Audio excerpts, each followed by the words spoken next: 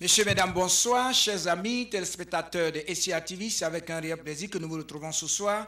Ce soir, sur les antennes de SCR TV, nous avons le bonheur d'organiser le référendum qui aura lieu très bientôt, le 20 mars prochain au Sénégal.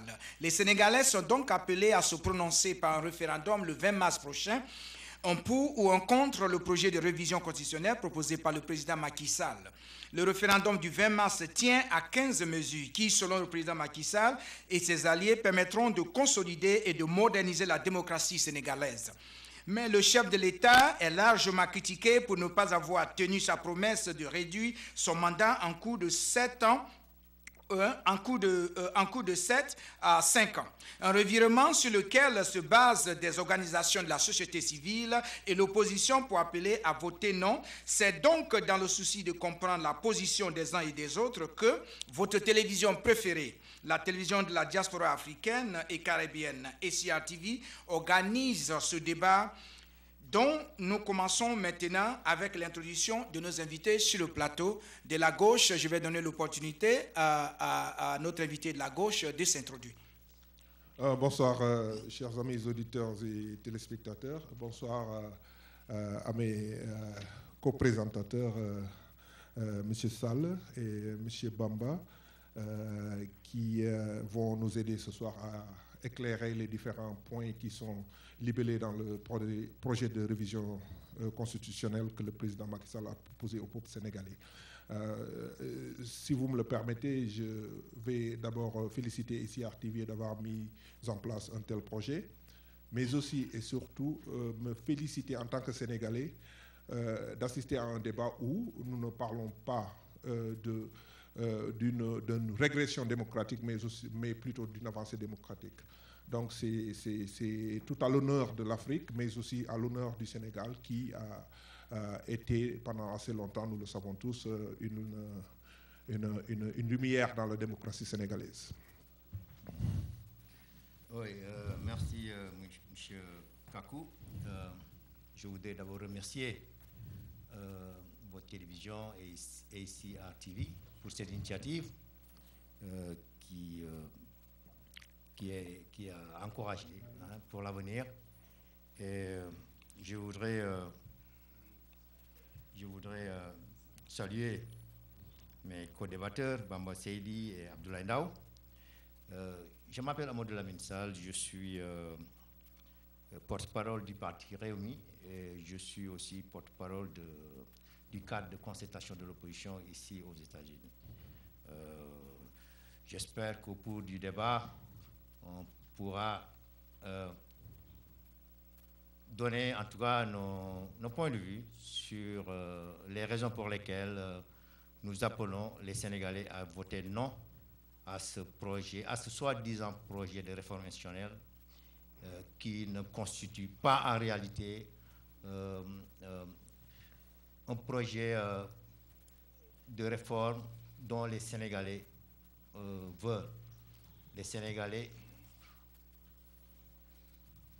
ont besoin aujourd'hui de réformes structurelles importantes consacrant la séparation des pouvoirs, consacrant en tout cas des avancées démocratiques notables, pas des soi-disant réformes. Je crois qu'au cours du débat, on donnera nos points de vue sur les différents points. Voilà ce que je veux dire pour le moment. Merci. Oui, s'il vous plaît. Oui, bonsoir, je me présente, je m'appelle Ahmadou Seydi, connu sous le nom de Bamba Seydi. Je vis à Washington, D.C. Je suis membre du bureau fédéral du PDS aux États-Unis, chargé de la communication du parti ici. Je suis très heureux d'être parmi vous. C'est ma seconde participation à ACR TV. La première était en audio. Et donc, comprenez ma joie d'être là, de découvrir le studio et son décor somptueux avec certains de nos aînés parmi nous, également Monsieur le Consul, d'être parmi nous. Donc, je vous remercie de cette opportunité, qu'on ait un débat serein, qu'on puisse apporter notre petite modeste pierre à l'édifice, c'est-à-dire bâtir un Sénégal fort, un Sénégal qui va de l'avant, parce que je pense que le débat va dans ce sens et doit rester dans ce sens. Notre objectif étant exclusivement le Sénégal. Donc, je voudrais paraphraser un érudit qui est l'actuel calife général des Tijanes, Seigneur Cheikh Tidiane Al Maktoum, qui disait que diversité n'est pas différence. Et pour moi, c'est la meilleure définition de la démocratie telle que nous devrons la vivre sous nos cieux. Donc, heureux de partager le plateau avec mes co-débatteurs Amadou Lamine Sall et M. Ndaw de l'APR. Merci. Voilà, maintenant que nous avons introduit nos invités qui sont sur le plateau actuellement, je voulais faire remarquer à nos téléspectateurs que nous avons aussi des personnalités et d'autres invités qui sont dans l'audience actuellement. Je voudrais aussi présenter d'abord son excellence, le consul général du Sénégal à New York, M. Amadou Ndaw, qui est parmi nous, que je salue ce soir. Et aussi à ses côtés, vous avez M. Terrain Gay, je ne sais pas si je prononce bien le nom, qui est journaliste, un collègue de métier que je salue aussi, qui est parmi nous ce soir. C'est avec vraiment un réel bonheur que nous vous recevons. Et aussi, il y a à ses côtés, il y a Boubacar Wade, voilà, qui est avec nous ce soir. Et aussi, il y a Oulessi, que vous connaissez, une habituée de la maison. Voilà, c'est un visage connu de la maison. Mais ce soir, qui participe en tant que Sénégalaise, une fille du pays. Voilà, qui a son mot à dire sur le référendum. Et à ses côtés, vous avez M. Diafoné, qui est le coordinateur de l'opposition, qui est là aussi parmi nous. Voilà, je salue tous ces invités. Et maintenant que tout le monde est présenté, je crois que nous sommes bien partis. Voilà ce référendum qui aura lieu pratiquement dans 2 jours. Alors, je commence avec... Monsieur Aboulaye, pourquoi les Sénégalais devraient voter pour ce référendum? Merci, Georges.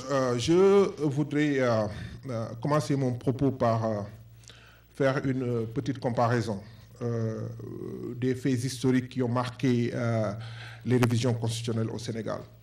Et dans cette comparaison, je voudrais amener des faits historiques. Le premier s'est passé en 1963. C'était le premier référendum qui a été organisé par le président d'alors, le président Senghor. Et le motif général qui avait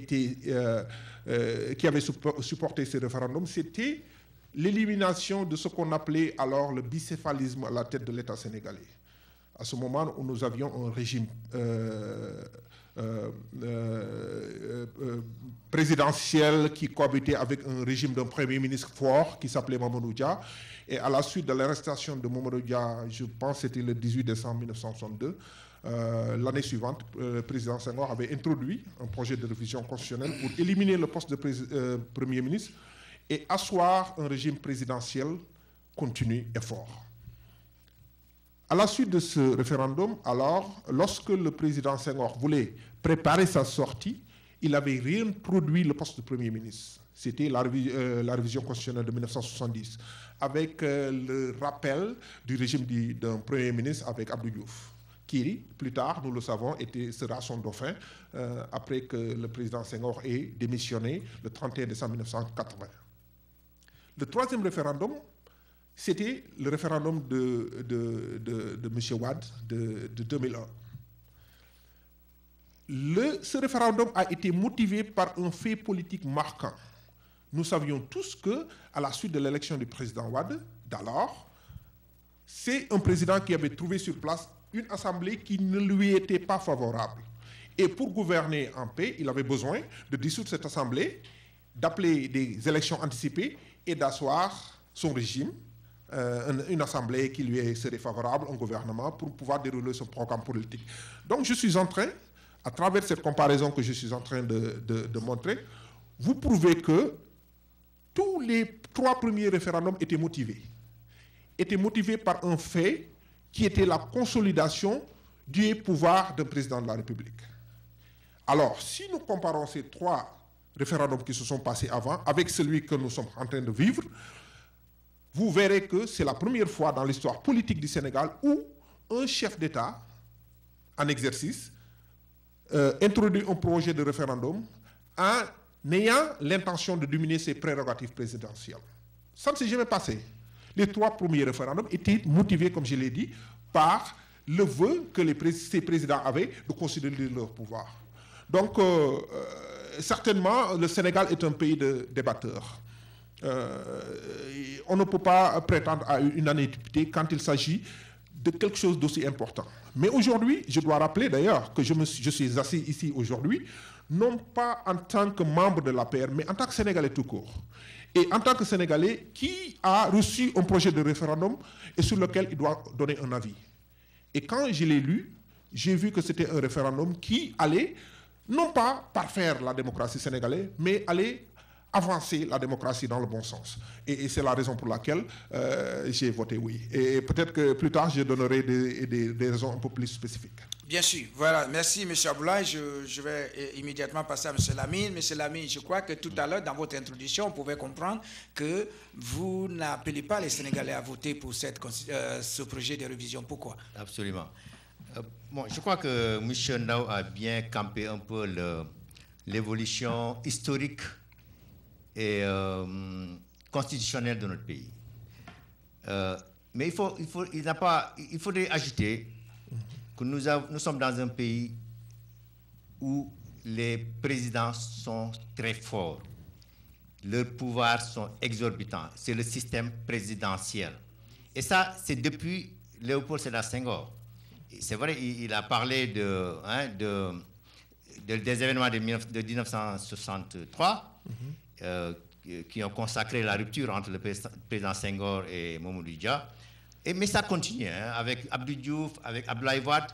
Les présidents, j'ai l'habitude de dire que le problème de la démocratie sénégalaise, c'est le problème des présidents qui ont des pouvoirs excessifs, qui contrôlent à la fois l'Assemblée nationale et le système judiciaire. En 2011, bien avant même 2011, après les élections législatives de 2007, quand l'opposition a boycotté les élections législatives de 2007, il s'est passé des événements. Premièrement, l'Assemblée nationale n'était plus un cadre de dialogue politique. Il n'y avait plus d'opposition. Et c'est ainsi que les assises nationales ont été organisées par cette opposition. Parce que l'Assemblée nationale ne permettait plus ce dialogue.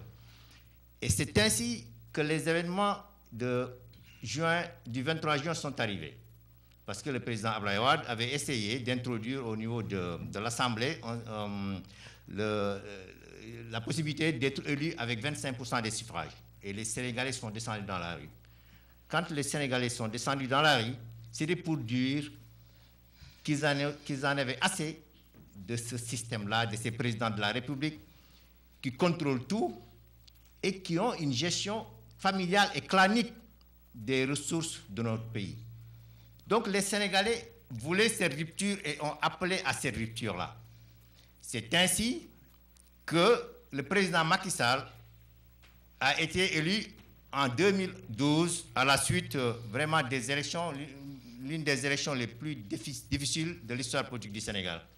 Mais le président Macky Sall avait une mission que les Sénégalais lui avaient confiée.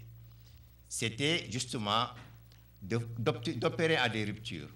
Les ruptures étaient, nous ne voulons plus de cette gestion clanique et familiale des ressources de notre pays. Nous voulons aussi une séparation effective des pouvoirs, parce que c'est le pouvoir qui arrive au pouvoir. On ne peut pas continuer à avoir des présidents de la République qui contrôlent le législatif, qui contrôlent l'exécutif, le législatif et le judiciaire. Il n'y a pas de démocratie, ce n'est pas des normes démocratiques. Un pays doit avoir un pays démocratique, j'ai dit, doit avoir des contre-pouvoirs. Le président de la République doit être contrôlé par une Assemblée nationale qui exerce ses prérogatives et la justice doit être indépendante. Aujourd'hui, je ne vois pas dans ces 15 points de réforme quelque chose qui consacre l'indépendance de la justice. Le président de la République est encore président du Conseil supérieur de la magistrature. Le ministre de la Justice est le vice-président du Conseil supérieur de la magistrature. Ça veut dire que c'est le président de la République qui gère la carrière des magistrats. Où est l'indépendance de la justice dont on parle? L'Assemblée nationale. Mais l'Assemblée nationale a toujours eu comme prérogative de contrôler l'action du gouvernement. Mais c'est le président de la République qui nomme le président de l'Assemblée nationale, qui le désigne. Parce qu'il a son groupe parlementaire qui, en tout cas, il est vrai que l'actuel président de l'Assemblée nationale est un allié du président de la République. Mais pourquoi, quand le président est arrivé, il a conservé le mandat renouvelable à 1 an? C'est pour pouvoir avoir une pression sur lui. Les vice-présidents de l'Assemblée nationale sont nommés par le président de la République. Les présidents du groupe parlementaire. Donc, on n'a pas une Assemblée nationale indépendante. C'est ça le problème de notre démocratie. Et je ne vois pas dans ces 15 points quelque chose qui consacre, qui donne davantage de moyens et de responsabilités, de pouvoir à cette Assemblée nationale. On pourra revenir sur les autres points. Mais pour dire d'une manière générale... Est-ce que vous pouvez nous lire le point 9, s'il vous plaît? L'élargissement des pouvoirs de l'Assemblée nationale en matière de contrôle de l'action gouvernementale et d'évaluation des politiques publiques. Merci. Ouais. Qu'est-ce que ça veut dire? L'Assemblée nationale a toujours contrôlé l'action du gouvernement. L'évaluation des politiques publiques. Mais c'est des mots pour moi. Parce que tout simplement, c'est pas ça le plus important. Le plus important, c'est le mode de désignation des députés, le mode d'élection des députés, qui leur donne leur indépendance. Mais tant que le parti au pouvoir, le président de la République, les députés, en général, on les appelle des députés du parti ou du président de la République, on ne les appelle pas des députés du Sénégal. Donc, quand on veut changer le fonctionnement de l'Assemblée nationale, on change le mode d'élection des députés à l'Assemblée nationale. Aujourd'hui, le mode d'élection des députés est un système majoritaire à un tour, 90%, et 60% en scrutin sur la liste nationale. Ça permet de donner davantage c'est avantageux pour le parti au pouvoir, parce que les listes nationales, comment ça s'appelle, au niveau des départements, c'est le Raougadou. Le parti qui arrive premier prend le député. Ce n'est pas comme ça que ça doit se passer. Donc, il faudrait qu'on revoie, si on veut vraiment donner à l'Assemblée nationale le pouvoir, son indépendance et le pouvoir de jouer son rôle et qui est un rôle de contrôle et d'évaluation des politiques. Mais c'est ça le rôle de l'Assemblée nationale. Une Assemblée nationale doit voir, regarder l'action du gouvernement, contrôler. C'est l'Assemblée qui vote les lois, qui vote les budgets. Mais ces budgets, on doit les évaluer. Il faut qu'on voit où est-ce que l'argent est mis, l'argent des Sénégalais. Donc, moi, je crois que je vois nulle part dans ce... Il est vrai que, 15 points, forcément, il y aura 1 ou 2 points qui seront positifs. On ne peut pas dire que tous les 15 points sont... Mais l'important, ce sont les ruptures fondamentales dont notre pays, notre démocratie a besoin pour avancer. Et ces ruptures concernent principalement la séparation des pouvoirs et l'indépendance de la justice. Voilà ce que je voulais dire. Voilà, M. Amadou, vous représentez le PDS. Je crois que votre position n'est pas tellement distincte de celle de M. Lamine. Est-ce que j'ai raison? Oui, je dois faire cette précision de taille que M. Sall et moi appartenons au même front. Voilà. Bon, peut-être que ça paraît déséquilibré, ce sera laborieux pour vous ce soir, mais bon, c'est ainsi. Je veux rapidement aller dans un autre sens. Je ne m'empresserai pas de débattre de ces points. Je me pose la question d'abord de l'opportunité d'un référendum, de l'urgence d'un référendum. Que se passe-t-il dans ce pays? A-t-on tenu compte de la géopolitique de la sous-région? A-t-on tenu compte de l'insécurité agissante? Quand on a vu un gouvernement qui s'est empressé de décaisser 43 milliards de notre trésor public en disant cet argent est destiné à la sécurité publique. Moins d'1 mois plus tard, le Centre international de conférence, le CICES, a eu un événement, le pavillon vert n'a même pas un extincteur. Où sont passés nos sous qui ont été investis dans notre sécurité? Cet argent est sorti, c'est passé par perte et profit. Mais à la place, on nous dit que oui, on a acquis des avions de guerre. Le terrorisme ne se combat pas avec des avions de guerre, nous le savons. Et plus tard, nous voyons donc que la pression monte. Évidemment, notre président de la République que nous avons élu fièrement à 65% est subitement devenu un préfet de la France. Il faut le reconnaître. Alors, à partir de ce moment, c'est Pagano qui est devenu le gouverneur. Il nous a rappelé le dernier gouverneur du Roum. C'est lui qui nous dit, qui convoque le ministre de l'Intérieur, tout ce qui est en charge de notre sécurité. Et qui leur dit, voilà, nous sommes en danger. Bon, le plan Vigipirate sénégalais, quoi, quelque part. Alors, est-ce qu'ils sont en train de faire le marketing de la terreur? Est-ce que, d'après les sorties que j'ai vues par rapport à nos gouvernants, est-ce qu'il y a une invite à la terreur? Je sais que j'ai fait une petite diversion, mais c'est important. Parce que, récemment, ce qui est arrivé au Mali est arrivé au Burkina et en Côte d'Ivoire récemment, est en train d'aller vers nous. Et puis, il faut voir qui sont sur la liste de frappe de ces terroristes-là. Ce sont généralement des pays qui abritent des bases françaises. Les décisions opportunes du président Wade de faire repartir les bases françaises nous auraient mis à l'abri de cette situation. Mais l'empressement avec lequel le président actuel a remis ses accords militaires en place nous expose bien entendu à cette situation. Alors, face à cette situation, nous savons que le président qui a traîné des pieds pendant 4 ans, jamais dans les démocraties les plus médiocres du monde, on n'a jamais vu un calendrier électoral qui disparaît de l'espace. 4 ans, le président de la République s'est assis sur le calendrier électoral. Vous parlez d'avancée démocratique, nous reculons. Et à grands enjambées, il faut le reconnaître. Alors, nous allons vers une année électorale. Les états-majors se préparent pour 2017. Monsieur apparaît à la télévision en 31 décembre, nous promet un référendum le 16, le mois de mai, n'est-ce pas? Le 16 février, il prend un avis et le commande comme une décision qui ne peut faire recours d'aucune modification. C'est bien ça? Et il appelle à un référendum en 3 semaines. Je ne vais pas m'appesantir à vouloir prendre ces soi-disant 15 points que son mécanicien du droit constitutionnel qualifie justement de marketing politique. Nous parlons de 15 points, monsieur, aujourd'hui, M. Kakou, nous en sommes à 18, et qui sait, peut-être c'est 27.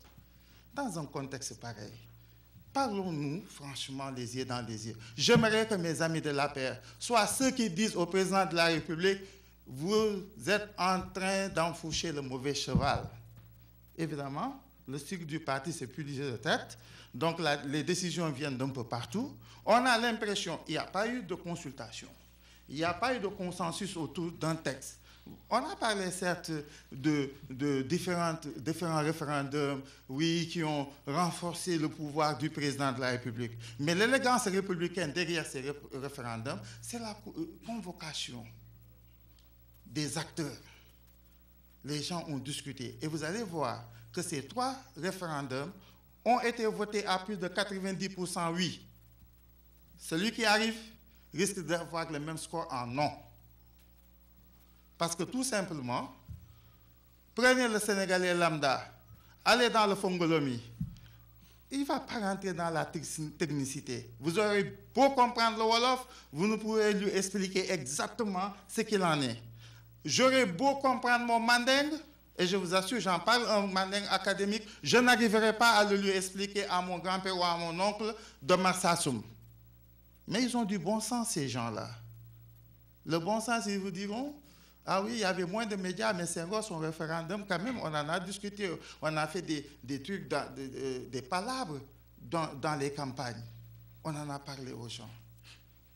Alors, cette situation, je déplore l'unilatéralisme de la décision. J'ai l'impression que notre cher président s'est enfermé dans son bureau avec son mécanicien du droit constitutionnel, son épouse et peut-être un de ses conseillers. Et puis bon, je ne sens pas l'envie, justement, de renforcer nos institutions. Je ne sens pas l'envie de faire des réformes en profondeur qu'on attendait d'un président qui est né après les indépendances. Tout ce que j'ai senti dans l'empressement, dans la précipitation, et en plus ce que je déplore, c'est le mépris de l'opposition. On ne peut pas dire « je veux que les droits de l'opposition soient renforcés » en promettant de la réduire à sa plus simple expression. Les contradictions sont énormes et déplorables. Je mets les 15 points de côté parce qu'on a essayé d'en discuter. Dès lors que l'artisan principal de ces 15 points, qui a pris le devant, avant que le président ne vienne s'expliquer et dire que oui, l'avis du Conseil constitutionnel lit le président, aussitôt les Sénégalais savent à quoi ils vont s'attendre. Le président l'a confirmé, nous savons que nous allons vers une confrontation. Mais voyez-vous, la confrontation que l'État attendait, elle n'aura pas lieu. Parce que malheureusement, nos hommes politiques de tous bords confondus ne prennent pas la pleine mesure de la maturité politique du peuple. Le 23 juin 2011, ce qui s'est passé, je peux le comprendre. Parce que tout simplement, on doit prendre une décision majeure sur la vie d'une nation. 150 éléments se sont retrouvés dans l'Assemblée parce qu'ils sont soi-disant des députés du peuple.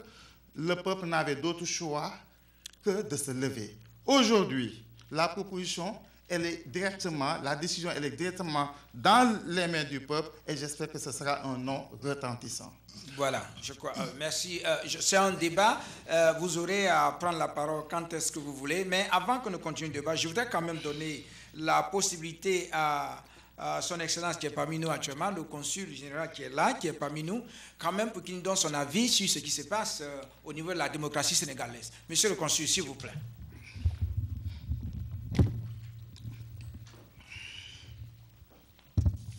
Merci, Monsieur Gakou. Vous me permettrez d'abord de remercier mes compatriotes qui ont pris en tout cas la peine de bien vouloir débattre sur les 15 points. Certains en ont parlé, certains ont décidé d'en faire fi. Ce qui est important, c'est que le président de la République est investi de ce droit de convoquer le corps électoral et de consulter, disons, l'avis des citoyens sénégalais sur un projet de révision de la Constitution. L'opportunité, on peut bien en parler, mais ce qui est certain, c'est que les 15 points sont aujourd'hui présentés aux Sénégalais et il aurait été plus urgent, en tout cas, de faire l'effort de parler de ces 15 points et d'éclaircir exactement ce que cela incombe, ce que cela vaut pour notre démocratie. D'abord, je dirais, comme l'a dit mon ami Abdoulaye, que la démocratie, c'est une construction, si vous voulez, permanente. Les 15 points, certainement, et M. Gakou, ce n'est pas pour, si vous voulez, imposer un style de débat, mais il aurait été peut-être utile d'essayer de voir sur les 15 points ce qu'on peut faire pour les analyser. Si on analyse les 15 points, si on parle de ces 15 points, point par point, on ne peut pas parler de recul démocratique.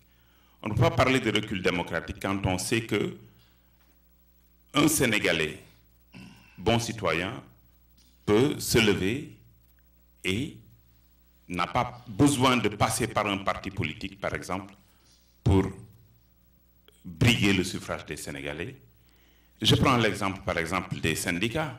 Un syndicat peut aujourd'hui désigner un de ses responsables pour qu'il brigue, disons, le suffrage des Sénégalais pour être député, pour mieux défendre les intérêts, les positions de son groupe. Je pense que c'est une avancée. Je pense que c'est une avancée aussi quand on permet aux Sénégalais de l'extérieur qui contribuent à un certain niveau quand on parle de 1000 milliards sur un budget de 3000 milliards, donc le tiers du budget du Sénégal, à ce niveau, les Sénégalais de l'extérieur contribuent à ce niveau à l'économie sénégalaise. Si on en tout cas donne l'opportunité à ces Sénégalais de pouvoir choisir le représentant à l'Assemblée nationale, je pense que c'est une avancée. Je pense qu'aussi c'est une avancée quand on permet à l'Assemblée nationale d'évaluer les politiques du gouvernement. C'est un fait, on ne peut pas le nier, ça y est, sur la réforme, sur le projet de réforme. Bon, dans le fait au moins, le président de la République a fait une bonne proposition. En tout cas, c'est des points, je pense, qui contribuent à améliorer la démocratie de notre pays. Bon, et j'aurais bien aimé, en tout cas, entendre les points de vue de nos débatteurs sur ces 15 points. Et peut-être après un tour, on peut revenir pour redonner notre avis, j'espère que ce sera le cas, pour pouvoir véritablement, si le temps le permet, parcourir les 15 points et point par point, essayer de voir ce que ça signifie et présenter ces 15 points-là à nos compatriotes et il leur reviendra à eux de choisir s'ils voteront oui ou non. Mais certainement, ces 15 points contribuent à l'amélioration de notre démocratie. Maintenant, il y a un point que M. Kakou a soulevé tout au début, en parlant de la réduction du mandat du président de la République, du mandat courant. La décision du Conseil constitutionnel, un des débatteurs en a parlé, avis ou décision, l'important c'est que le Conseil constitutionnel, que le président de la République, dans ce cas précis, a l'obligation de consulter, a dit que, en tout cas, ce point qui consiste à réduire le mandat actuel de 7 à 5 ans n'est ni conforme à l'esprit de la Constitution, ni conforme, en tout cas, au texte. Si ce n'est pas conforme, et qu'on invite le président de la République à le faire, donc on l'invite à bafouer, à fouler du pied la Constitution. C'est très simple. Moi, c'est ça, mon analyse. Quand la Constitution dit que ce n'est pas conforme, c'est pas conforme. Quand on dit que ce n'est pas conforme et on le fait, on dit que je m'en fous. Et le président de la République, quand même, étant le gardien de la Constitution, étant quelqu'un qui doit faire respecter les lois de notre pays, je pense, au premier chef, doit faire montre de respect envers cette Constitution, donc envers ces lois. Je vous remercie pour le moment.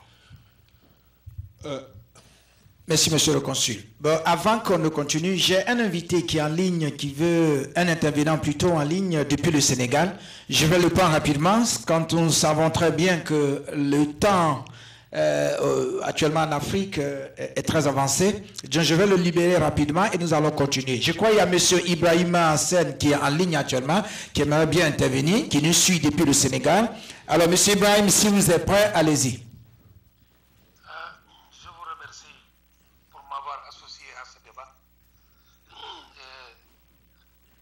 C'est un peu tard et je viens du meeting de clôture de la majorité présidentielle, donc avec une voix un peu enrouée. Ce que j'ai pu entendre tout à l'heure de la part de nos amis de Réumi et du PDS, cela m'a beaucoup fait sourire. Parce que quand j'entends Réumi plaider la séparation des pouvoirs, et dire que, et citer les assises nationales, alors je me demande comment le monde est-il en train de tourner autour de soi-même. Pourquoi? Parce que quand même, Réumi a refusé de participer aux assises nationales. Quand nous avons boycotté ensemble les législatives. Au sortir de cela, nous sommes concertés dans l'opposition pour faire les assises nationales. Réumi a refusé. Et même, c'était écarté des conclusions. Tout le monde se souvient de sa réplique. Donc, si aujourd'hui, j'entends un représentant de Réumi nous dire que le régime présidentiel que nous avons, qui concentre de manière excessive le pouvoir entre les mains des chefs de l'État, et en se référant aux assises nationales, je me dis bravo, le Sénégal est en train de bouger dans le bon sens. Et voilà pourquoi le PDS ne pouvait pas en parler. Parce qu'il s'agit de réformer la constitution héritée de Wade. Constitution qui a concentré excessivement le pouvoir entre ses mains, plus que ce que Diouf avait. Parce qu'en plus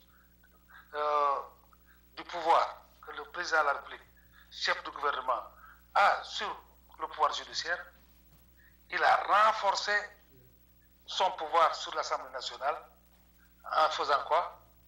En décidant dans sa constitution qu'il peut dissoudre l'Assemblée nationale 2 ans après le début de la législature. Donc sur les 5 ans, durant 3 ans, le président de la République peut dissoudre l'Assemblée nationale comme il l'entend. Et ça, ce pouvoir exorbitant, dans aucun pays démocratique du monde, un président ne l'a.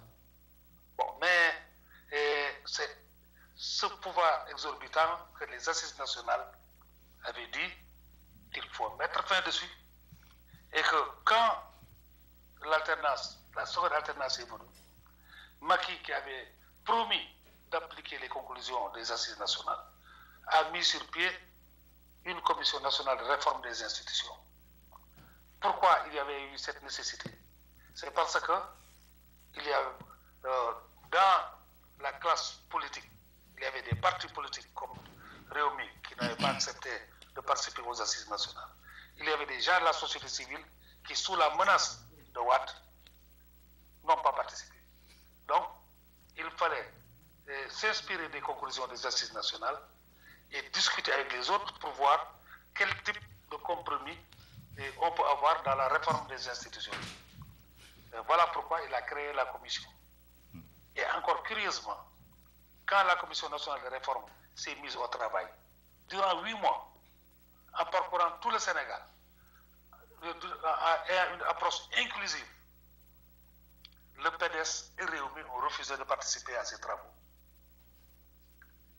Et voilà pourquoi, moi je me dis, en définitive, ce camp du non, c'est quoi? C'est le camp pour le maintien du statu quo institutionnel. C'est le camp qui refuse que l'on réforme les dispositions qui font que le régime politique sénégalais est un régime autocratique de gestion patrimoniale de l'État. Ils ne veulent pas que ça change. Et même ceux qui étaient dans les assises nationales et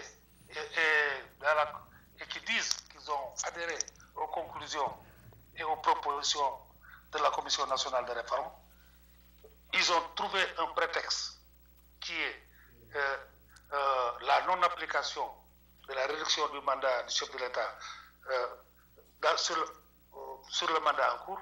Ils ont trouvé ce prétexte pour aller rejoindre le camp des conservateurs de droite, le camp des gens qui veulent préserver jusqu'à leur retour prochain, parce qu'ils s'imaginent qu'ils vont revenir au pouvoir, ils veulent préserver ce qu'ils appellent les acquis institutionnels du Sénégal.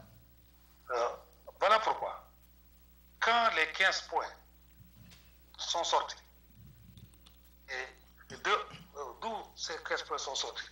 Ils sont sortis des propositions de la Commission nationale de réforme. Et ces 15 points, nous les avons longtemps attendus. Parce que dès que la Commission a déposé son projet, le chef d'État avait dit qu'il allait voir ce qu'il pense pouvoir en tirer, conformément à sa vision et à ce qu'il pense être bien pour le Sénégal. Mais tout le monde attendait. Et c'est maintenant qu'il l'a tiré. C'était 15 points. On dit il n'a pas consulté, il n'a pas discuté. Mais discuter de quoi? Les gens attendaient la réponse du chef de l'État sur les 15 points, sur les propositions de la CNRI. Il en a choisi 15. Donc tout le reste, ce qui restait maintenant, c'est aller au référendum pour adopter. Il n'y a plus de discussion à faire parce que durant 8 mois, les gens ont discuté pour trouver des compromis, pour trouver des solutions. Le PDS est réuni.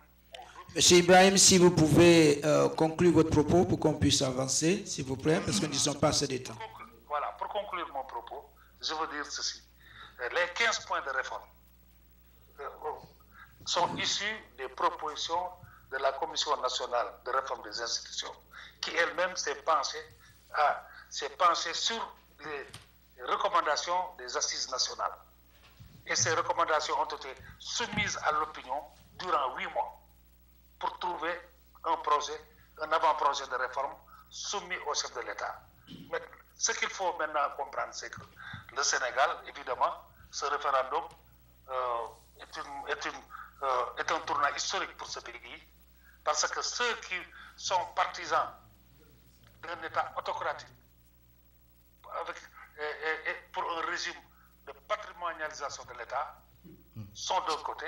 Ceux qui veulent réformer l'existant pour pouvoir avancer, pour faire avancer le pays dans la démocratisation de ses institutions, ceux-là sont dans le camp du oui. Donc, ce qu'il faut se dire, et il ne faut jamais oublier cela, les principaux dirigeants de ce camp du non ont dit que si le non gagne, ils vont exiger le départ du président de la République. Cela veut dire concrètement que voilà des gens qui dès maintenant se préparent à mettre le pays dans la déstabilisation et, comme le dit Ousmane Ngom, à préparer un coup d'État institutionnel. Ce qui est grave dans le contexte actuel du Sénégal. Il est inadmissible et les Sénégalais n'accepteront pas que l'on impose un pouvoir par la force, surtout prétextant du résultat négatif d'un référendum. Dans la Constitution du Sénégal et dans toutes les constitutions démocratiques, un président de la République ne peut pas être destitué tout simplement parce qu'il n'a pas la majorité à l'Assemblée nationale ou bien parce qu'il a perdu un référendum qui ne concerne pas son élection. Donc, il faudra bien que ça soit clair.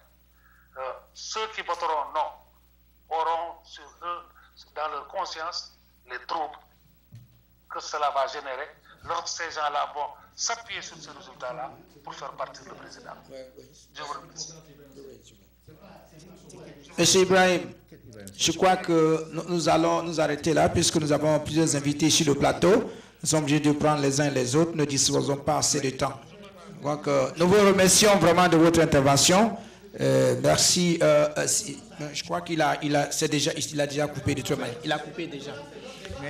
C'est coupé déjà. Bon, écoutez, nous allons avancer dans le débat. Tout à l'heure, on va continuer dans le débat parce que on risque de ne pas rentrer dans les points clés même du débat. Voilà. Actuellement, il y a, je crois, 15 points qui sont énumérés dans le projet de révision. Alors, quels sont les points ou bien quel est le problème actuellement? Ouais, alors, moi, je voudrais... allez-y, monsieur Lamine, allez-y. Ouais, non, je voudrais d'abord répondre sur votre présentation et ensuite vous répondez à monsieur Ibrahim Sen, si vous le permettez. Non, je vous le permets. Monsieur Lamine va y aller d'abord. Laissez Lamine aller et vous allez prendre la parole, monsieur Abla. Allez-y, monsieur Lamine. Bon, d'abord, je dois dire que je connaissais monsieur Ibrahim Sen beaucoup plus pertinent et lucide. C'est vraiment un homme que j'apprécie d'une manière générale dans la vie pour le combat qu'il a mené au Sénégal. Mais je suis troublé. Je ne savais même pas que c'était Ibrahim Sen que je connaissais. Parce qu'il y a un tissu de contre-vérité qu'il a sorti ici pour dire que Rémi n'a pas participé à la Commission nationale de réforme des institutions, mais les partis politiques n'ont pas participé à la Commission nationale de réforme des institutions. Pourquoi le dire aujourd'hui? Et que... Mais si... Non, et la commission réunie et le PDS ont boycotté la commission nationale de formalisation. C'est la bien. Même les assises nationales, à supposer qu'il ait dit les assises nationales. Mais les assises nationales, c'est une propriété des Sénégalais. Ce n'est pas lié au parti. Moi, je ne suis pas là, c'est vrai que je suis le porte-parole de Rémi, mais je suis d'abord Sénégalais. Même si je n'ai pas participé aux assises nationales, mais les conclusions des assises nationales peuvent être intéressantes pour mon pays. Et je les épouse. Ce n'est pas un problème d'avoir participé ou pas. Les conclusions des assises, comme les travaux de la Commission nationale de réforme, c'est des patrimoines des Sénégalais. Ce n'est pas lié à des partis politiques. Ensuite, moi, pour un homme comme M. Ibrahim Ster, encore une fois de plus. Il ne faut pas personnaliser le débat. Non, mais c'est lui qui intervenait. Oui, mais... Non, laissez-moi terminer. Oui, allez-y, monsieur. Par rapport au combat qu'il a mené pour le Sénégal, aujourd'hui, quand il dit que dans le camp du non, il y a ceux qui sont pour la gestion patrimoniale de l'État. Quand il dit que dans le camp du non, il y a des gens qui ne sont pas pour l'avancée démocratique du Sénégal, moi je dis qu'il y a un problème. Le problème du Sénégal, tout le monde le sait, c'est un problème de séparation des pouvoirs, c'est un problème de patrimonialisation de nos ressources nationales. Mais le président de la République, on a vu le cas de son frère, à qui on a donné des licences de recherche, qu'il a vendues à Cosmos Energy. J'aimerais que vous reveniez sur le point de, comme on appelle, du référendum. Non, je parle de patrimonialisation. Sur le projet de révision. Okay. Hein? Monsieur Lamine, revenez sur le projet de révision pour nous dire exactement quels sont les points qui font défaut pour lesquels vous invitez les Sénégalais à voter non. C'est grave. Il a cité Ousmane Ngom. Il a cité Ousmane Ngom qui a fait une sortie aujourd'hui pour dire que l'opposition veut déstabiliser le pays. Qu'ils ont recruté même des mercenaires. Mais ça, et lui, il dit que Ousmane Ngom a raison. Et je crois que c'est des déclarations qui sont extrêmement graves. Parce que tout simplement, aujourd'hui, mais les 15 points, moi je vous ai dit, on nous a sorti 15 points pourquoi le président a appelé à un référendum? Ce n'était pas par rapport à des réformes constitutionnelles. C'était la seule condition.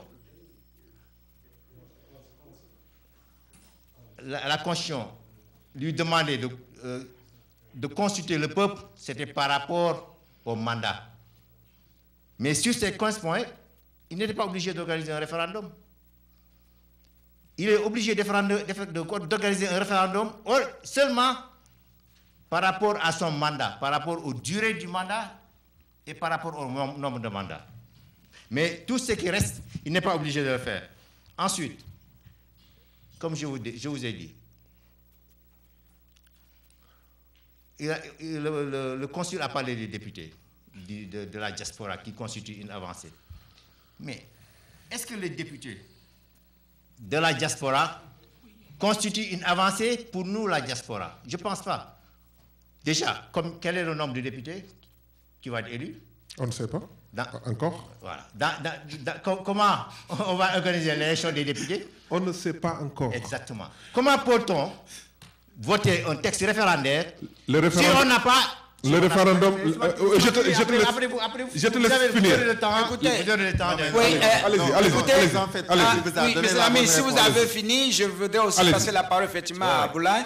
Comment il nous demande de voter un texte référendaire alors que on ne connaît pas les détails, par exemple, de l'élection des députés, du nombre de députés de la diaspora, de l'élection, du mode d'élection. Parce que tout simplement, il nous renvoie toujours à des lois organiques. Des lois organiques qui seront votées à l'Assemblée nationale. Alors, tout ça... Excusez-moi, monsieur Lamy, si je vous comprends bien, enfin, Aboulaye, si je vous comprends bien, on dirait que vous avez le contenu comme on appelle, des tests. Parce que, d'après ce que monsieur Lamine dit, il y a certains points qui ne sont pas clairs. On dirait que vous avez des précisions. Bien sûr. Et je crois qu'il va falloir que nous fassions un petit recul et analyser la genèse de ce projet de révision constitutionnelle. C'est un projet qui n'est pas sorti comme ça de terre par hasard. Ça a suivi un processus de consultation où, au sortir des Assises nationales, les Assises nationales datent de juin 2008. Il y avait au moins 140 personnalités du Sénégal, politiques, de la société civile qui s'étaient regroupées et qui avaient mis en place des ateliers de travail avec des équipes techniques. Et c'est à la suite de ces travaux-là qu'on a sorti un document qui était la conclusion des Assises nationales. Parmi ces points, le président Macky Sall était d'accord sur une grande majorité, n'était pas d'accord sur certains.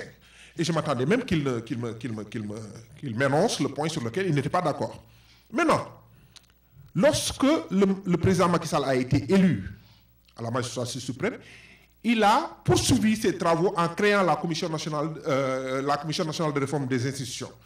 C'est à la suite de ces travaux-là qu'on a pu avoir ces 15 points. Maintenant, tout à l'heure, et je ne voudrais pas oublier ça, il a parlé de la texture de ces 15 points. Un référendum ne fait que des énoncés. Il y a des lois organiques qui l'encadrent, il l'a très bien dit d'ailleurs. Est-ce que vous voudriez que... Vous savez, je lisais tout à l'heure, avant de venir, les conclusions des Assises nationales. Mais vous savez, c'est combien de pages? On ne peut pas soumettre un tel travail à une consultation populaire. C'est un énoncé. Ce que vous êtes en train de voir devant vous n'est rien d'autre qu'un énoncé. Et si cette réforme a été acceptée par les Sénégalais, certainement, maintenant, on va soumettre des lois organiques à l'Assemblée nationale qui va les voter, oui ou non. Maintenant, je voudrais revenir un peu sur le mandat du président de la République. Quand vous lisez la Constitution du Sénégal, il y a des dispositions de la Constitution qui sont non révisables. Ces dispositions sont, par exemple, le caractère républicain et laïque de l'État du Sénégal. C'est un caractère non révisable. Il y a d'autres dispositions qui sont révisables sans pour autant passer par des consultations référendaires ou parlementaires.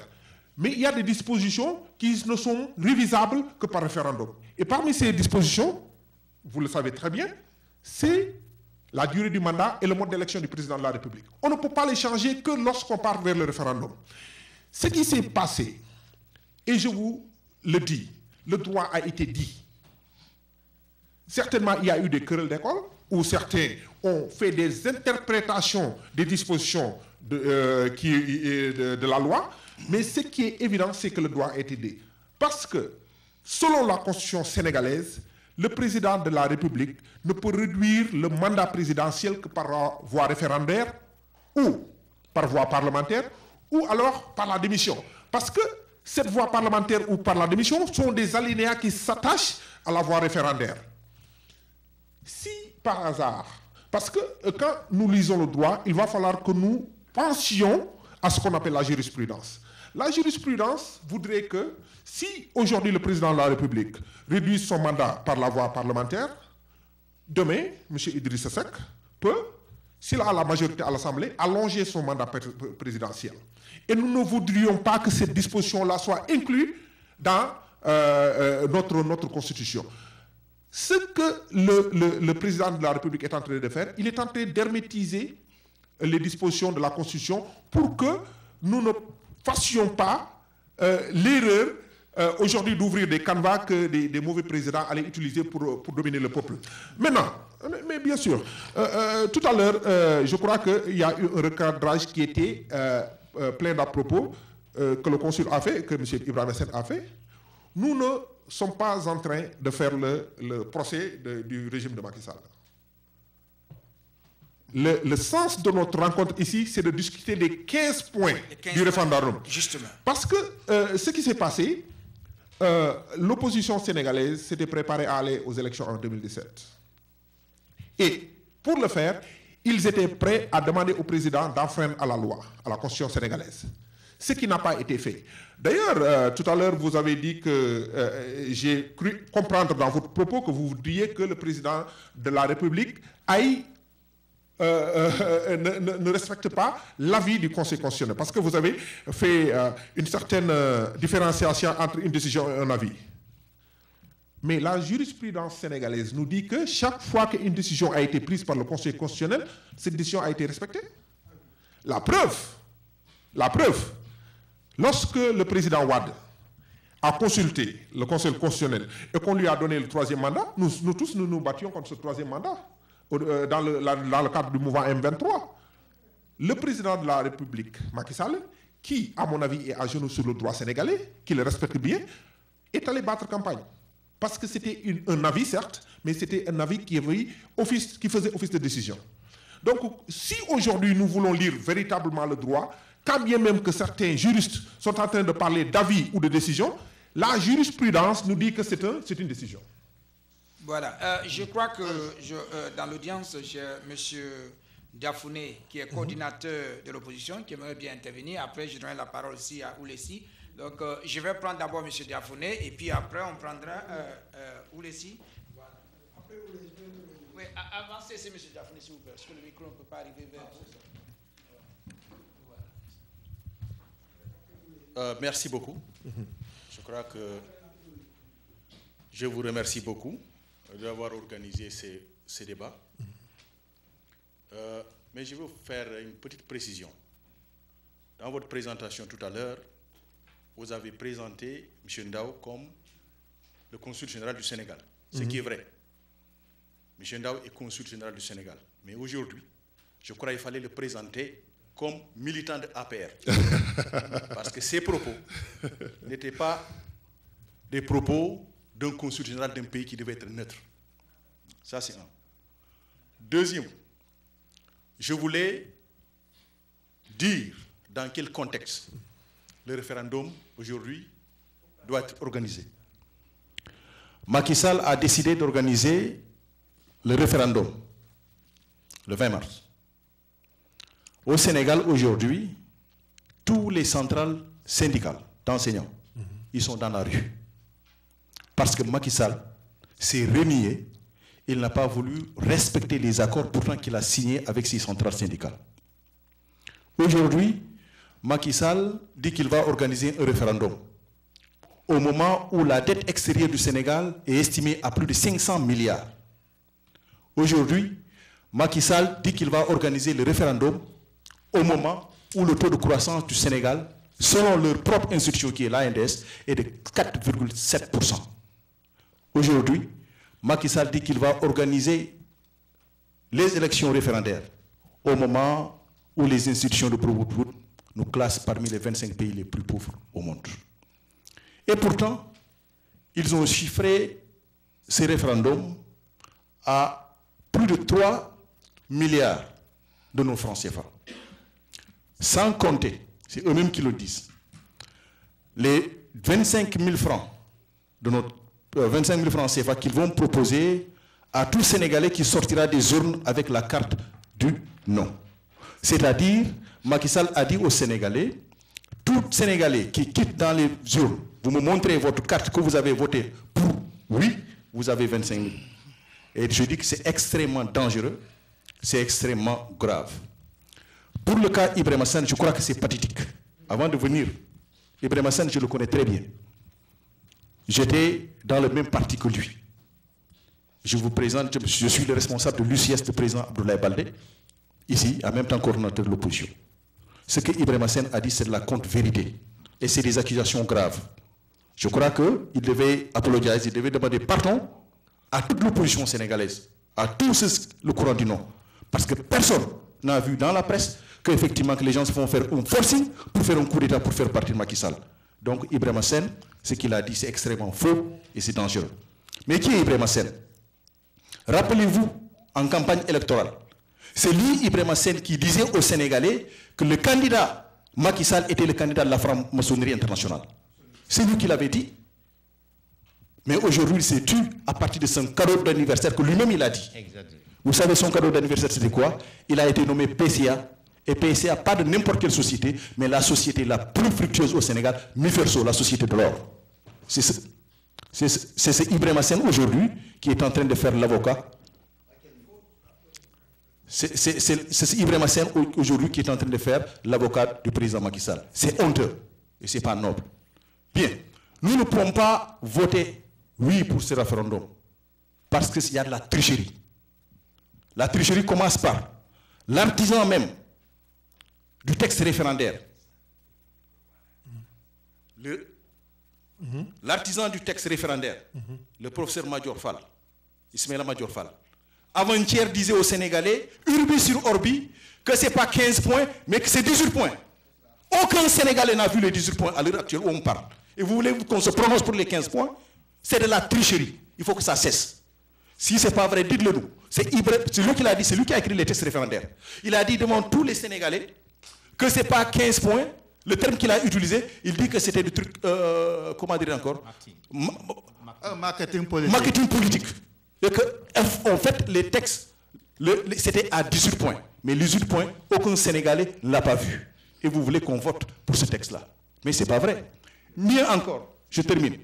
Mieux encore. Vous savez, moi personnellement, j'ai dit aux gens de voter non. Je suis musulman de nature et fonction.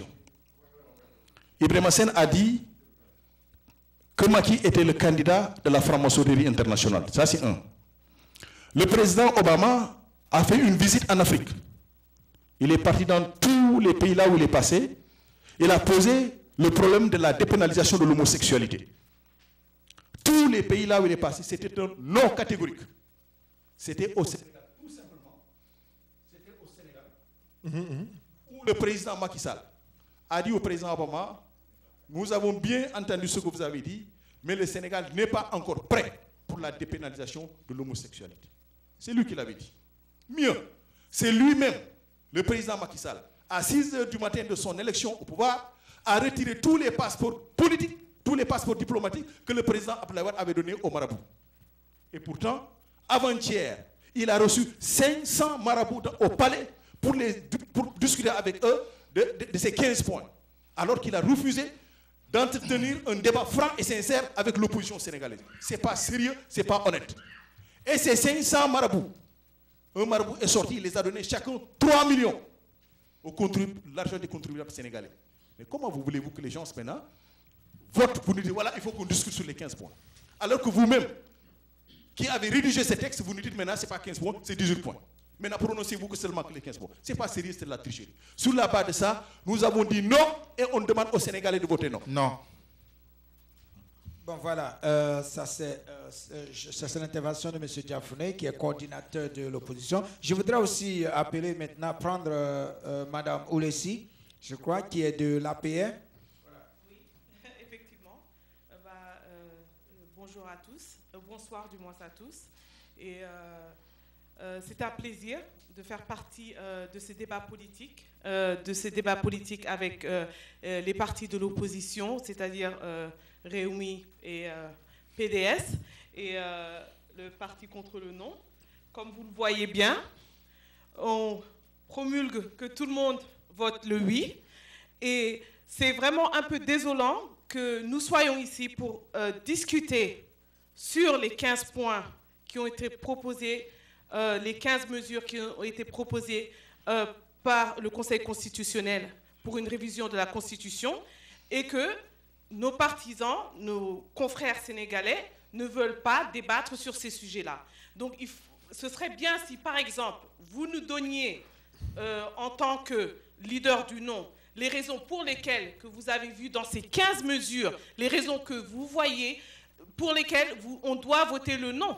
Donc si, par exemple, vous dites que les 15 mesures ne sont pas correctes, les 15 mesures ne sont pas débattables, pourquoi vous refusez de débattre sur les 15 mesures? La raison peut-être pour laquelle vous refusez de débattre sur les 15 mesures, c'est parce que vous ne voyez pas de non dans ces 15 mesures. Parce que si vous voyez un non, donc vous aurez énuméré le point 1, le point 2, le point 3 ou le point 4 jusqu'au point 15. On dit non pour ces raisons et les Sénégalais disent non pour ces raisons. Mais vous voyez que tout ce qui est dans ces 15 mesures, ce sont des propositions qui sont positives pour notre démocratie et qui sont positives pour notre population. En tant que Sénégalaise de la diaspora, je vois qu'il y a quelques points qui sont positifs, comme ceux que vous refusez d'admettre, les députés qui nous sont dédiés à nous-mêmes. Comment est-ce qu'on va organiser ces élections? Les pays comme comme la France, ont déjà ce système en place. Ils ont des députés qui sont installés ici, aux États-Unis et dans les pays où leurs ressortissants sont installés. Ils ont des députés qui leur sont dédiés à eux-mêmes. Donc, pourquoi pas instaurer ce système pour nous, Sénégalais, qui sont ici? On est nombreux, donc on aimerait aussi avoir des députés qui nous sont dédiés à nous. Donc, ce qu'on voudrait vraiment, c'est qu'il y ait un débat honnête sur ces 15 mesures. Pas seulement, vous dites qu'il n'y a pas de structure, monsieur de Rémy. Où est-ce qu'il n'y a pas de structure? Pourquoi vous refusez? Énumérez-nous les points où il n'y a pas de structure. Monsieur du PDS, monsieur Seydi, pardon. Vous refusez catégoriquement de parler de ces 15 mesures. Catégoriquement. Et vous appelez à un non. Donc si une personne veut aller aux urnes pour voter non, pour quelle raison? Parce que seulement vous refusez de parler de ces 15 mesures, mais ayons un débat honnête, parlons de ces 15 mesures et établissons que, en refusant de débattre sur ça, vous établissez qu'il y a une bonne raison pour laquelle nous devons, en tant que Sénégalais, voter oui. Ce n'est pas un oui pour l'APR, c'est un oui pour le Sénégal. C'est un oui pour les ressortissants sénégalais. C'est un oui pour la démocratie. Donc, j'appelle au vote pour le oui. Bien, je crois que nous allons revenir dans le corps du débat et effectivement, je vais effectivement venir à M. Amadou Sey, puisque j'aimerais bien qu'on reste sur les 15 mesures, comme on appelle, du projet de révision. Je voudrais que vous nous disiez exactement pourquoi, quelles sont les mesures qui font défaut actuellement et qui fait que les Sénégalais devaient voter non. Et quelles sont les raisons? Allez-y, M. Seni, je voudrais vous attendre sur le contenu du projet de révision. Oui, je pétille d'impatience de répondre parce que ma chaise me paraît assez étroite. J'ai envie de me mettre debout comme elle.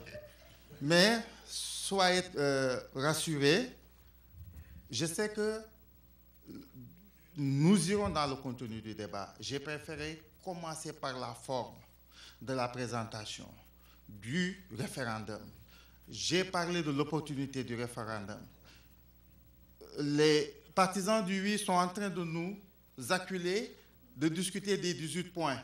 Mais ils font la fine bouche sur les 3 extra points qui paraissent, selon Ismaël Madior Fall, trop techniques à expliquer. Peut-être qu'ils auront la courtoisie de nous l'expliquer et de nous dire pourquoi ils brandissent le oui. Ça aussi, c'est important. Maintenant, vous voulez parler des points? Bien, allez-y. Je trouve bien des raisons, parce qu'un référendum, il l'a dit tout à l'heure, 15 points, c'est trop. On ne peut pas vous poser 15 questions et vous demander une seule réponse. Techniquement, déjà, ça ne paraît pas cohérent. Mais je passe là-dessus. J'ai un texte ici devant moi qui parle justement de ce qui nous concerne directement, les députés de la diaspora, n'est-ce pas? Dans les modifications apportées à l'article 59 de la Constitution du 22 janvier 2001, que Ibrahim Sen appelle notamment Constitution Ouad, autocratique. Merci Diafouné d'être passé sur ma langue d'autocratie, un parti où le plus jeune a 60 ans. Décidément, il y a un problème. Alors, quand on parle de les modifications apportées à l'article 59 de la Constitution de 2001, il est inscrit: les Sénégalais de l'extérieur élisent des députés. C'est ce que dit aussi sèchement le projet de révision constitutionnelle du président Macky Sall. Quelle est la nouveauté? Non. Dans l'article 140 de l'avant-projet de la Constitution de la CNRI, il est stipulé ce qui suit. Article 140, les Sénégalais de l'extérieur ou Sénégalais de la diaspora font partie intégrante de la nation sénégalaise. Et là, je voudrais attirer votre attention sur un fait. L'envie d'éliminer un candidat potentiel. La binationalité a été activée aux grandes dames des Sénégalais de l'extérieur. Je crois qu'il y a une mauvaise foi pour ceux qui nous disent qu'on nous brandit des sucettes Nous investissons plus de 900 milliards annuellement dans ce pays. Nous avons notre mot à dire. Nous limiter à l'hémicycle et on ne sait pas encore comment et combien de députés nous aurons. Ça ne nous fait pas bouger, ça ne nous fait pas sauter. Les conséquences du oui sont terribles que le pesant d'or ne peut pas être des sièges à l'Assemblée. Hein, c'est-à-dire, la situation, elle est grave. Non, je rentre encore dans les points. Parmi les propositions, rappelez-vous, lorsque, sous l'Ancien Régime, dans l'armature institutionnelle, il y avait le poste de vice-président. En 2012, le nouveau président élu, par décret, a enlevé ce poste. Alors, quand il propose aujourd'hui d'éliminer ce poste dans le nouveau texte qu'il nous propose, c'est seulement cet exemple assez suffisant pour déchirer cette proposition et dire qu'il y a impréparation, is no homework. Et donc, la moyenne, c'est en dessous de 0. Je dis non. Quand nous revenons sur l'article 26, vous voulez parler d'article? Mais c'est du français, c'est de la littérature. On n'a pas besoin d'être juriste pour discuter de ces textes. Nous n'avons pas peur d'en discuter. Parce que d'abord, vous savez, au Sénégal, il y a un oiseau qu'on appelle barbato. Vous connaissez cet oiseau? Alors cet oiseau, il est tout le temps là, en pleine journée, à faire comme ça, acquiescer. On veut nous faire de nous des barbatos, nous disons non. L'article 26, il dit que le président de la République est élu au suffrage universel direct à la majorité absolue des suffrages exprimés à 2 tours. Les 2 tours ont été subtilement enlevés. C'est l'article 27, je crois. Non, laissez, ça peut être 150. L'essentiel, c'est là. C'est une omission grave. Ça veut dire quoi? Le cas bloquant. C'est pourquoi les gens sont levés en 23 juin 1 pour attaquer le président Wade et qu'il a reculé. Aujourd'hui, Macky Sall, subtilement, veut le glisser dans notre Constitution. Et vous voulez qu'on vote oui pour ça qui... Monsieur Diafouné a évoqué sa nature de croyant. Et je vous le dis, le Sénégal en a 99% de croyants, tous tendances confondues. Nous rejetons catégoriquement l'homosexualité. Nous voyons qu'aujourd'hui, celui qui gère le ministère de la Justice a été décoré en France, Maître Sidiki Kaba, qui dit que le Sénégal est en retard sur les civilisations, parce que l'homosexualité ne doit pas être, devrait être dépénalisée. En réalité, il a dit que nulle part, l'homosexualité n'est interdite dans notre pays. Il le dit sous le régime d'un président que vous avez applaudi sur tous les toits parce qu'il a répondu sèchement à Obama. La mollesse de la réponse se trouve justement dans la tortuosité du propos. Nous ne sommes pas encore prêts et on a compris. Nous avons intercepté... Alors, moi je vous dis, ces différents points que j'ai soulevés et qui sont dans ce texte, chacun d'entre nous peut avoir une raison valable de dire je ne veux même pas entendre parler du mot référendum. Voilà. Et nous disons catégoriquement non. Voilà, M. Amadou, M. Lamine, gardez vos propos. Je voudrais rapidement recueillir quand même, comme on appelle, la perception de mon collègue qui est parmi nous, M. Kérégué, qui est là, qui est journaliste de fonction. Je voulais savoir son point de vue en tant que journaliste. Ce n'est pas tout, monsieur. Hein? Je vous remercie beaucoup. Je suis vraiment très content de mon pays. Je pense que ceux qui sont autour de la table ont véritablement répondu à l'attente de tous les Sénégalais. C'est ce que nous sommes. Nous sommes un pays démocratique, nous sommes stables et je suis persuadé que tous les présidents qui se sont succédés au Sénégal ont une belle intention de faire du Sénégal un pays démocratique, un pays libre et un pays développé. Chaque président a son intention, mais je suis persuadé également que nous avons pris du retard par rapport à l'ambition du peuple sénégalais et par rapport à nos attentes vers le développement. Vous savez, je vais mettre un petit contexte. Le président Macky Sall, personne ne peut lui dénier d'avoir une bonne intention et de vouloir bien faire. Mais nous pouvons lui reprocher d'avoir pris sur lui l'initiative de retarder un processus qui s'était enclenché depuis 2008. je regrette que mon frère et ami Ibrahim Sen ait pu parler sans que je puisse l'interpeller sur 2 questions au moins. Il a reproché à la Constitution de 2001 d'être une constitution autocratique. Et je voudrais simplement lui demander de me dire qu'est-ce qui a changé sous cette Constitution de 2001 et la Constitution avec laquelle Macky Sall est en train de gouverner le pays et les propositions qu'il est en train de faire pour réviser cette Constitution, disant que c'est pour renforcer la démocratie. Le contexte est très simple. Vous savez que au Sénégal aujourd'hui, nous pouvons dire qu'aucune élection présidentielle ou législative ou locale ne peut être une élection frauduleuse. La raison, c'est que nous avons combattu et entre 1991 et 1992, nous avons été d'accord sur un code électoral consensuel et nous avons dépassé ce système électoral. Nous sommes le pays africain le plus stable du point de vue de la démarche démocratique et de l'élection. Nous avons dépassé cela. Pourquoi? Parce que nous avons fait un consensus fort autour d'un système pour lequel nous avons discuté et d'accord. Cela est un fait. Nous sommes arrivés en 2008 et nous sommes arrivés à un moment où il y a une crise politique profonde dans le pays. L'opposition a boycotté les élections législatives de 2007 et ce qui s'est passé, c'est qu'il n'y a plus une opposition parlementaire, il n'y a plus de dialogue politique. Les gens ont travaillé, et vous l'avez rappelé tout à l'heure, M. Ndao, et j'ai été très content de cela. La crème de notre pays, à tous les niveaux de responsabilité, tous les anciens premiers ministres, tous les anciens chefs d'état-major des armées, tous les administrateurs civils, tout ce qu'il y a de potentiel dans notre pays, pendant 1 an, a discuté autour des questions institutionnelles et de développement, et ont pondu un rapport de 394 pages qui est là. Une charte de bonne gouvernance a été produite.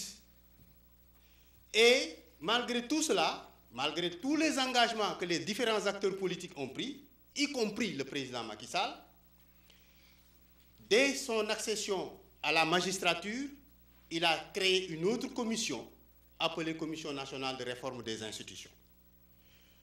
Cette commission, présidée par le premier directeur, enfin l'un des directeurs les plus populaires de l'UNESCO, le président Amadou Mahtar Mbow, a produit un bloc constitutionnel de 154 articles. Pour faire quoi? Au moins 3 choses. Gouverner notre pays dans la vertu et la transparence, séparer les pouvoirs dans notre pays pour que notre démocratie puisse enfin respirer et que nos ressources soient gérées de façon transparente et que la participation populaire soit une participation de tous les citoyens du Sénégal. C'est un bloc constitutionnel que la CNRI a donné au président de la République. Il est assis sur ce bloc constitutionnel pendant 4 ans, ne voulant pas mettre sur la table de discussion pour que le peuple sénégalais puisse discuter sur l'ensemble des questions qui sont évoquées dans cette constitution. Le président a voulu faire ce qu'il a voulu faire de cette proposition et nous a sorti 15 articles. Et je vous assure, si j'avais le temps, je pouvais faire la démonstration parce que j'ai été un acteur de tout cela de bout en bout. 15 articles rafistolés, réduits, retransformés et remodelés qui, en fin de compte, ne changent rien de ce qu'Ibrahim Sen nous a dit. Absolument. Ne change pas la suprématie du président de la République sur les autres institutions de la République. Ne change pas de façon fondamentale la participation des citoyens à la gestion de leurs ressources et ne change pas fondamentalement la transparence dans notre pays. Il y a certainement des efforts, et je peux lui reconnaître cela. La création de l'OFNAC, par exemple, est un instrument extraordinaire qui me plaît, mais qui ne répond pas dans l'ensemble du système, qui ne répond pas parfaitement dans l'ensemble du système juridictionnel de notre pays, et c'est cela la question. Je pense que c'est une petite querelle que de parler de 15 points, de faire un débat autour de points qui n'apportent pas de changement transformationnel par rapport à nos attentes. La question, elle est simple. Je dis, le président s'est précipité dans l'espace d'1 mois à vouloir appeler les Sénégalais à se prononcer sur ce qui doit faire leur avenir. Sur les 25 prochaines années, sur une génération, le peuple sénégalais doit prendre son envol. Si son plan Sénégal émergent doit partir, il ne faudrait pas qu'il rate le décollage parce que simplement la fondation institutionnelle n'est pas assise. Nous n'avons rien qui puisse changer cela. Le Sénégal ne peut pas encore perdre une génération pour prendre son envol. Et vous savez pertinemment que le président Obama, en venant au Sénégal, nous l'a totalement dit. Les pays africains n'ont pas besoin de personnalités fortes, mais d'institutions fortes. Mais les institutions fortes, c'est nous. C'est nous qui devons en discuter, en prendre conscience, se l'approprier et tomber d'accord sur la manière de mettre cela en œuvre. Et c'est cela que moi, personnellement, je reproche au président Macky Sall. Je voudrais demander à ce que, au moins, que le non puisse l'emporter, pour que le président prenne conscience qu'il doit parler à tous les segments de son peuple, à tous les éléments de la société sénégalaise, et qu'un consensus fort soit fondé autour de sa personne, et que nous puissions avoir une réforme à la dimension de notre peuple. Voilà, mesdames et messieurs, ce que je voulais dire. Je pense que je peux être fier de mon pays, je peux être fier de mes frères et sœurs qui sont là. Chacun veut apporter véritablement sa pierre dans l'édification de notre Sénégal. Et c'est une excellente chose que le président Bilia nous a donné cette opportunité. Je pense que nous devons maintenir ce panel et continuer le débat parce que nous pouvons changer la position du président si nous le voulons. Vous, de l'APR, du REUMI, du PIT, de l'UCS, nous pouvons changer. Nous pouvons demander au président de s'arrêter. Tant qu'on s'écoute. Nous pouvons le faire. Je pense que c'est cela ma contribution. Merci, monsieur. Merci. Je suis très content de prendre la parole. Laissez-moi féliciter. Laissez-moi féliciter. Oui, allez-y rapidement parce que j'ai deux invités qui doivent prendre la parole. On ne va pas se limiter à féliciter. Non. Soyez très succincte dans votre intervention. Très bref. Vous savez, je me suis toujours attendu à de telles positions des Sénégalais. Lorsqu'on s'extirpe de notre coloration politique et que nous pensons en tant que Sénégalais, je crois qu'on peut accomplir beaucoup de choses. Et ce qui est le problème aujourd'hui du débat politique au Sénégal, c'est qu'on ne puisse pas trouver de telles positions. Des gens qui, au-delà de leur appartenance à un quelconque parti politique, ont cette position qui est uniquement dans sa base une position de Sénégalais. Et tout à l'heure, vous avez fustigé, ou bien même c'était des remontrances un peu plus polies que vous avez données à mon président, mais je les ai appréciées parce que votre propos, n'a pas eu cette connotation politique, mais ça a eu cette connotation patriotique et républicaine. Et ça, je vous en félicite. Il m'a reproché ça. Je vais adresser un dernier point et je te donne la parole. Je l'ai volé. Le problème de l'homosexualité au Sénégal. Oui. Moi, je suis de ceux-là qui vous disent une chose, et que ça soit clair. Le Sénégal n'acceptera jamais l'homosexualité au Sénégal. Ce n'est pas dans la culture, ce n'est pas dans nos mœurs. Quand vous regardez, par exemple, la texture juridique du Sénégal, il y a un fait qui est très important et qui mérite d'être visité avec beaucoup d'attention. C'est la loi sur les comportements contre nature. Pourquoi est-ce que le libellé a été fait de cette manière? Parce que simplement, l'homosexualité en tant que pratique qui est faite du moins de façon ouverte, n'a jamais existé au Sénégal. Donc ce qu'on a pénalisé au Sénégal, c'était les comportements, un homme qui s'amourage d'un autre homme, une femme qui s'amourage d'un, ou bien un homme avec un animal. Donc c'est ça que la législation sénégalaise a pénalisé. Maintenant que l'homosexualité est devenue quelque chose d'ouvert, où les gens le font de façon ouverte, c'est sûr que la législation sénégalaise va s'adapter et faire en sorte que ce comportement soit pénalisé par la loi. Maintenant, ce qui est important à dire à ce niveau-là, c'est que avant même que le texte, le projet de révision constitutionnelle soit publié, il y a eu déjà des relents venant de l'opposition qui parlaient de la légalisation de l'homosexualité, alors que le texte n'était pas encore publié. Et en aucun moment, l'homosexualité n'a été mentionnée dans ces projets de révision constitutionnelle. Donc c'est pour vous dire simplement que moi j'invite mes amis politiciens à prendre des positions qui sont des positions républicaines, des positions patriotiques, en ne pensant pas à leur coloration politique. Et je voudrais, voilà, pour donner la parole, je donne la parole, je voudrais engager M. Idrissa Sylla qui voudrait intervenir. Je finis.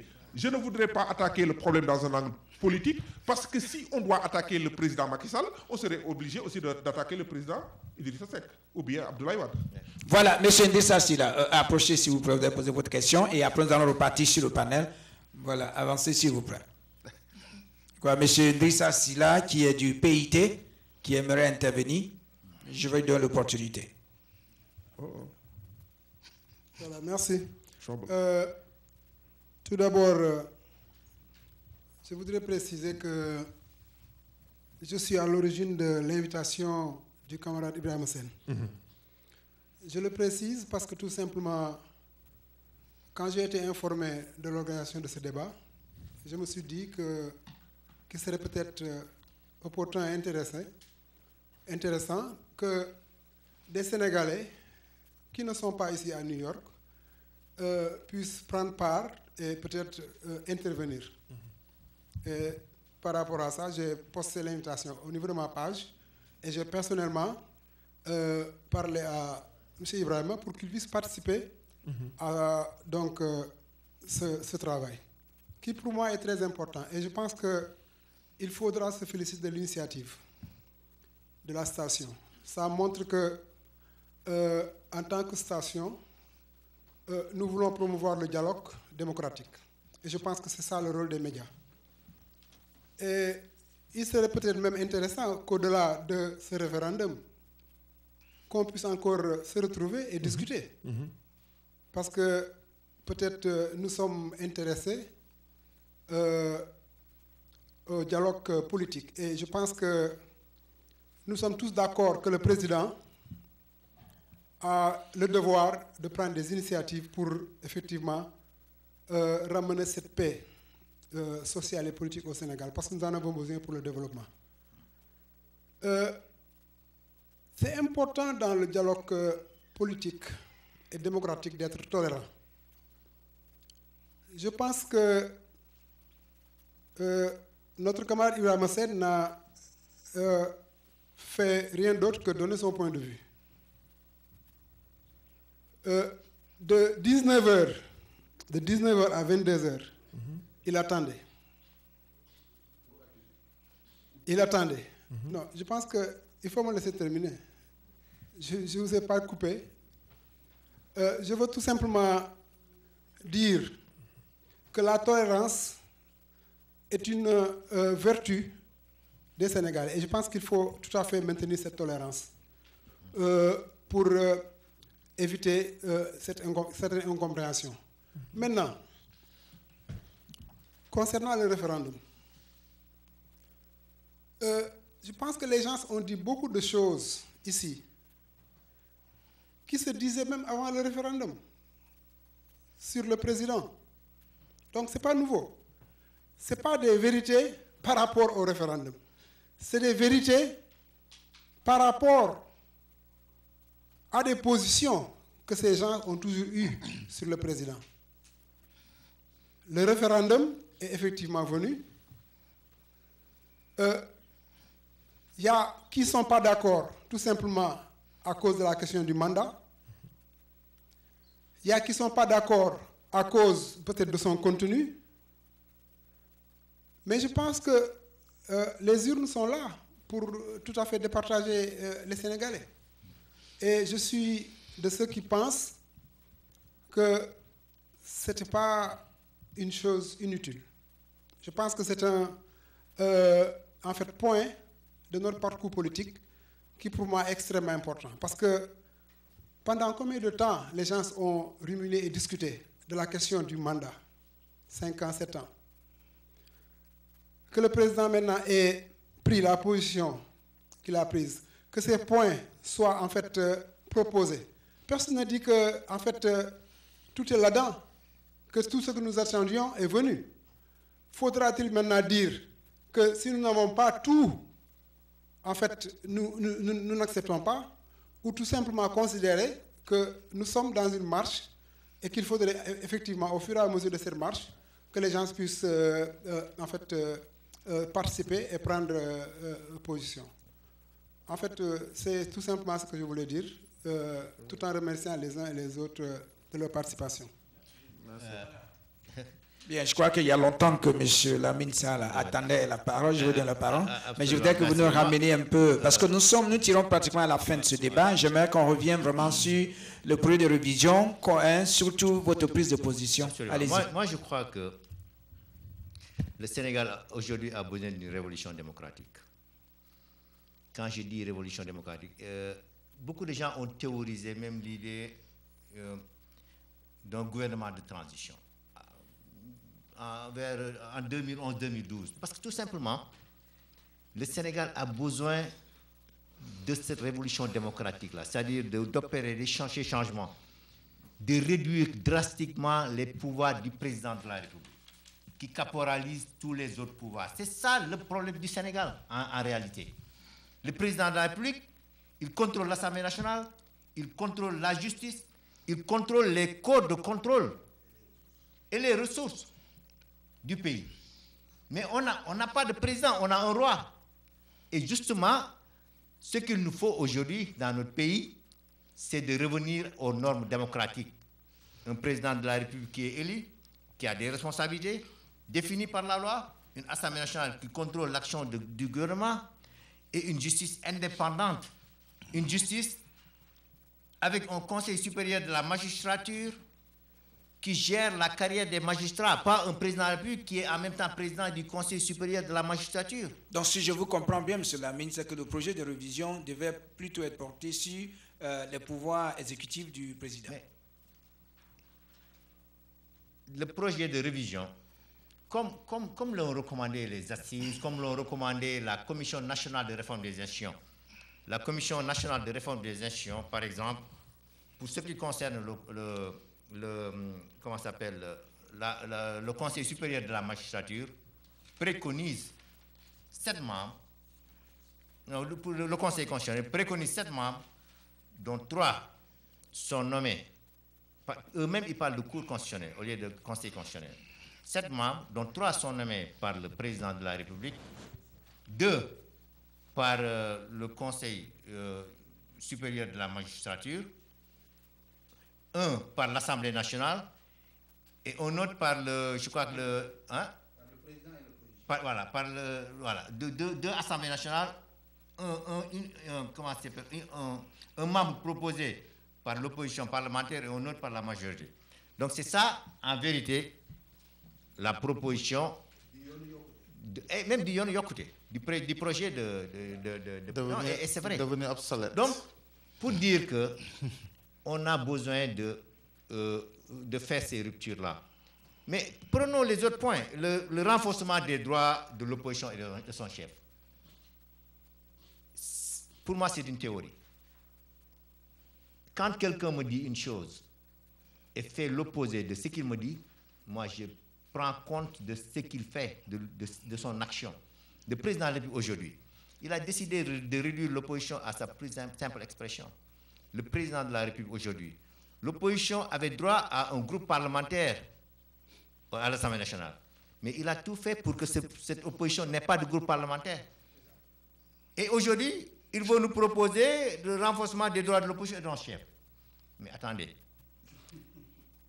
Bon, la représentation des Sénégalais de l'extérieur, pas des députés.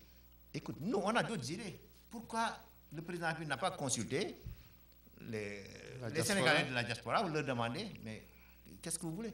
Moi, aujourd'hui, je vois un haut conseil des Sénégalais de l'extérieur comme une instance, consultative, choisie dans les 5 continents, chaque continent, on prend 4 ou 5, on leur donne un statut diplomatique, qui réfléchissent sur les problèmes des émigrés et qui apportent des solutions. Un député, tu le nommes, vous nommez un député des Sénégalais, ils vont retourner à Dakar, mais c'est fini, on les perd. Ils ne sont plus des députés de la diaspora. Ils sont députés de leur propre compte ou bien du parti qui les a nommés. Donc, moi, je crois qu'il y avait un problème de réflexion, un problème de concertation. La démocratie, c'est la concertation. Un président de la République, il ne doit pas être chef de parti. Ça, ce sont les recommandations de la Commission nationale des institutions. Parce qu'aujourd'hui, le président de la République, quand il veut, il porte l'habit du président de la République. Quand il veut, il enlève, il porte l'habit du chef de parti. On l'a vu au Grand Théâtre, faire son Grand Théâtre. On l'a vu, mais ça, c'est des attitudes, des positions, un ministre de l'Intérieur qui est là à applaudir. Ce sont pas des attitudes républicaines. Quand une fois qu'on est nommé président de la République, on doit prendre de la hauteur, se mettre au-dessus, être le président de tous les Sénégalais et être l'arbitre. C'est ce dont on a besoin. Un président de la République qui prend de la hauteur, qui est arbitre et qui vraiment est le président de tous les Sénégalais. Ça s'occupe de tous les Sénégalais, des problèmes de tous les Sénégalais. Ne soyons pas tendancieux aujourd'hui. Mais dans le gouvernement du Sénégal, qu'est-ce qu'il y a? La famille du président, le beau-frère, les cousins, les neveux. Ensuite, c'est le clan, les amis, les anciens amis. Et ensuite, c'est le parti. Les autres Sénégalais, ils ne comptent pas.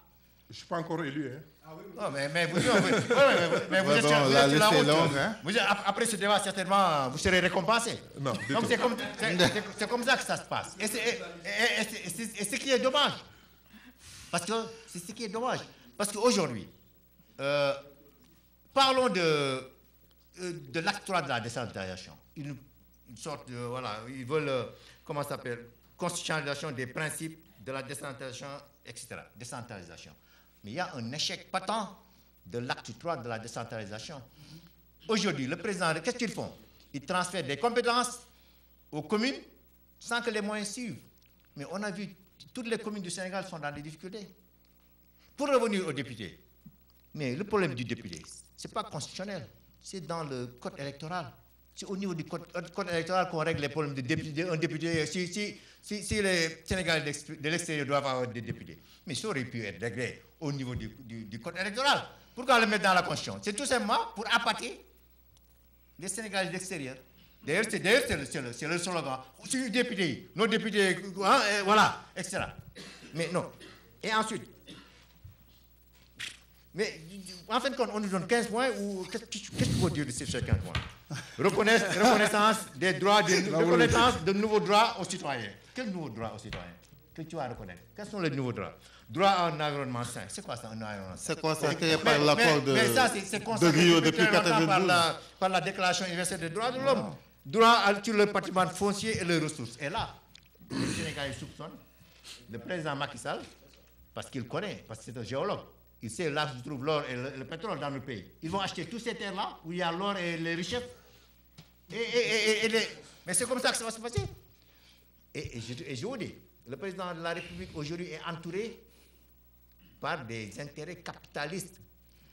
La compagnie sucrière, la compagnie sucrière, un membre influent de la compagnie sucrière est conseiller spécial du président de la République. Un grand monsieur comment ça s'appelle, qui s'active dans le pétrole et conseiller spécial du président de la République. Ils sont en train de créer des banques pour non, mais attends, ce qui se passe dans ce pays-là, c'est extrêmement grave. Et je crois que c'est une des raisons supplémentaires. Ces 15 points-là, c'est rien du tout. C'est un texte qui ne veut absolument rien. Parce que tu vois, qu'est-ce que tu vas dire? Soumission du Conseil constitutionnel, loi organique pour contrôle constitutionnel. Tout ça, c'est des histoires. Qu'est-ce que ça veut dire en réalité? Après, on dit que bon, il y aura des lois organiques. Mais des lois organiques, quelle loi organique? Voilà. Je vais donner quand même la parole à vos... Non, juste un mot, le mot de la fin peut-être. Oui, allez-y, le mot de la fin. Il faut qu'on soit sérieux. Il faut qu'on respecte les Sénégalais. Le président de la République, il doit respecter les Sénégalais. Il avait promis de réduire son mandat de 7 à 5 ans. Pendant 4 ans, il a tenu les Sénégalais en haleine. Et il n'a pas dit, je propose de réduire mon mandat. Il n'a pas dit, je voudrais. Il n'a pas dit je souhaite. Voilà ce qu'il a dit, j'ai décidé. Je m'engage. Non, il n'a pas dit je m'engage, j'ai décidé de réduire ce mandat, mon mandat de 7 ans, à 5 ans et me l'appliquer. J'ai décidé, il a dit, un président de la République qui décide et qui revient sur cette décision, je dis que c'est quelqu'un qui est discrédité à jamais. Et s'il avait décidé le contraire, qu'est-ce que tu allais dire? Non, ça c'est... Voilà, allez-y, Ablaye. Je suis pas dans la fiction. Je vais répondre parce que vous êtes dans le même camp et tu prends la parole. Oui, bien sûr. Je suis désolé, M. Seydi. Allez-y. Vous savez, lorsqu'on parle de choses aussi sérieuses que les destinées d'un pays, moi j'ai dit tantôt que quand on parle de la constitution d'un pays, on est en train de parler du contrat social qui va lier le pays à ses élus pendant assez longtemps. Donc ce contrat social que nous sommes en train de signer avec nos gouvernants, nous devons l'étudier avec sérieux et nous éloigner des spéculations et des « il paraît que ». Aujourd'hui, quand par exemple, monsieur, je sais qu'il avait fait avec un ton sarcastique, mais les droits des Sénégalais à un environnement, à leur patrimoine, etc., etc. Il y a des précédents au Sénégal. On a connu les scandales fonciers au Sénégal. On a connu la manière dont le littoral a été bradé, au point où c'était devenu un problème environnemental. Donc, pour protéger les Sénégalais contre ça, j'ai oublié l'histoire de l'aéroport Léopold Sédar Senghor, où on a construit des maisons qui s'étaient adossées aux pistes d'atterrissage, à la piste d'atterrissage. Donc, la moitié des propriétaires sont du gouvernement marron. Non, attendez. Moi, je suis en train de dégager des principes qui sont sénégalais, pas partisans. Merci. Et si aujourd'hui je suis en train de parler de ça, c'est parce que je suis un Sénégalais d'abord, avant d'être un membre de l'APR. Et ces dispositions que nous sommes en train de discuter, ce sont des dispositions qui vont être antérieures au gouvernement de Macky Sall, je l'espère bien. Donc c'est pour vous dire simplement qu'aujourd'hui, il y a lieu, en tant que Sénégalais, que nous regardions avec attention les dispositions qui... Par exemple, quand vous regardez par exemple la progression démocratique que le Sénégal a eue, je dois rappeler que la démocratie, ou bien la République sénégalaise, est née en 1960. Elle n'a que 56 ans. C'est une démocratie jeune.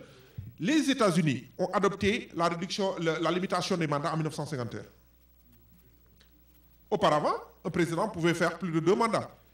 Alors, c'est pour vous dire simplement que nous sommes sur la bonne voie. Et qu'aujourd'hui, le président Macky Sall ne fait qu'apporter sa pierre à l'édifice. Et que demain, peut-être un président Teregué ou un président Diafouné peut apporter aussi sa pierre à l'édifice. Et je vous le garantis. C'est un caillou qui n'apporte pas une pierre. Vous savez, vous représentez Idrissa Seck, que nous connaissons tous. Je parle de parti Réumi, pas Idrissa Seck. Vous représentez le parti Réumi qui est dirigé par Idrissa Seck. Et nous savons qui est Idrissa Seck. Je vais vous dire comparativement, s'il vous plaît, comparativement, je sais que ce n'est pas le point du débat. Idrissa Seck et Macky Sall ont cheminé le même cheminement. Ils ont été sous la coupole de M. Wade, qui les a mis à des stations gouvernementales. Et ils ont atterri à la primature, tous les deux. Et tous les deux sont sortis du gouvernement. Le président Macky Sall a posé un acte républicain démocratique en convoquant le fils du président de la République d'alors pour qu'il vienne s'expliquer sur les chantiers de l'ANOCI. Un acte républicain, c'est ce qu'il a sorti du gouvernement. M. Idrissa Seck a été accusé de vol. C'est ce qu'il a sorti du gouvernement. Donc, ce n'est pas 2 personnes qu'on peut comparer ici. Non. Parce que non. La différence entre Macky Sall et Idrissa Seck, c'est 2 choses. Il y a M. Amadou. Macky Sall a tous les défauts de Wade sans avoir ses qualités. Idrissa Seck a toutes les qualités de Wade sans avoir ses défauts. Voilà. Monsieur Amadou, allez-y rapidement parce que nous avons que quelques minutes seulement. Alors, je suis... nous avons quelques minutes seulement, donc allez-y rapidement. Il y a un document que le président Macky Sall détient. Rapidement sur le projet de révision, s'il vous plaît. Il va rapidement sur le projet de révision, M. Amadou. Il va le sortir. La régie me fait signe, on n'a que 5 minutes. M. Ablaye, s'il vous plaît, calmez-vous, allez-y, M. Amadou. de représenter le grand Wade. Allez-y, Ça, au allez-y. moins, c'est quelque chose d'extraordinaire. Alors, bon, très rapidement. Oui, nous n'avons que 5 minutes. Donc Voilà, rapidement, moi, je voulais axer mon intervention. C'est ça. On Dites-nous avait parlé- pourquoi les on Sénégalais avait doivent pas- voter non. Mais Allez-y, c'est ce que je vais dire allez-y, rapidement. oui. Allez-y. On avait parlé de marketing politique C'est ça. pour parler de la tortuosité de l'artisan principal de ces textes qui sont élastiques de 15 à 18 points et nos amis marrons d'ici n'ont jusqu'ici voulu nous expliquer les extras 3 textes. Ça, c'est un fait. Mais maintenant, on est dans le marketing du oui. Le oui qui veut faire de nous des barbeteurs. Alors, ce marketing du oui, c'est de dire, si le non l'emporte, c'est coup d'État, nous faire peur. C'est de dire, quelqu'un l'a dit, oui, si vous votez non, Macky Sall aura l'occasion, alors c'est là où ils insultent notre intelligence, du Sénégalais le plus insignifiant. Toi, tu veux me dire que, en voulant nous pousser à voter oui, tu veux nous donner une scie poussière la branche sur laquelle tu es assis. Ah non, mais on n'a pas besoin d'être au primaire pour comprendre que ce n'est pas vrai. Le marketing du oui, justement, c'est ce qui se passe actuellement dans ce pays. L'achat de conscience. Ramenez-nous votre ticket, on vous donne 25 000. Le plus grave et le plus déplorable. Alors, l'esclavage, quand il se faisait, on savait bien que l'homme se vendait avec les pacotilles et les verroteries et autres. On peut encore les garder, même si l'Africain n'était peut-être pas ambitieux en ce moment, il peut le garder longtemps chez lui. Aujourd'hui, on veut nous rendre esclaves parce qu'en nous monnayant des pas de danse et de la musique, c'est grave. Je suis sidéré et choqué d'entendre Aly Ngouille Ndiaye dire « Ramenez vos tickets d'entrée, vos bulletins de votre nom pour aller écouter Youssou N'Dour. » À partir d'aujourd'hui, je décrète que même si Youssou N'Dour joue en face de chez moi, porte ouverte, je vais dormir à l'hôtel. Parce que c'est une insulte à notre dignité. Alors, je reviens rapidement sur une chose. On a parlé, ce qui nous concerne, nous, les Sénégalais de l'extérieur. Parce que, à travers une constitution, chaque couche sociale, chaque catégorie sociale doit avoir sa part pour pouvoir avancer.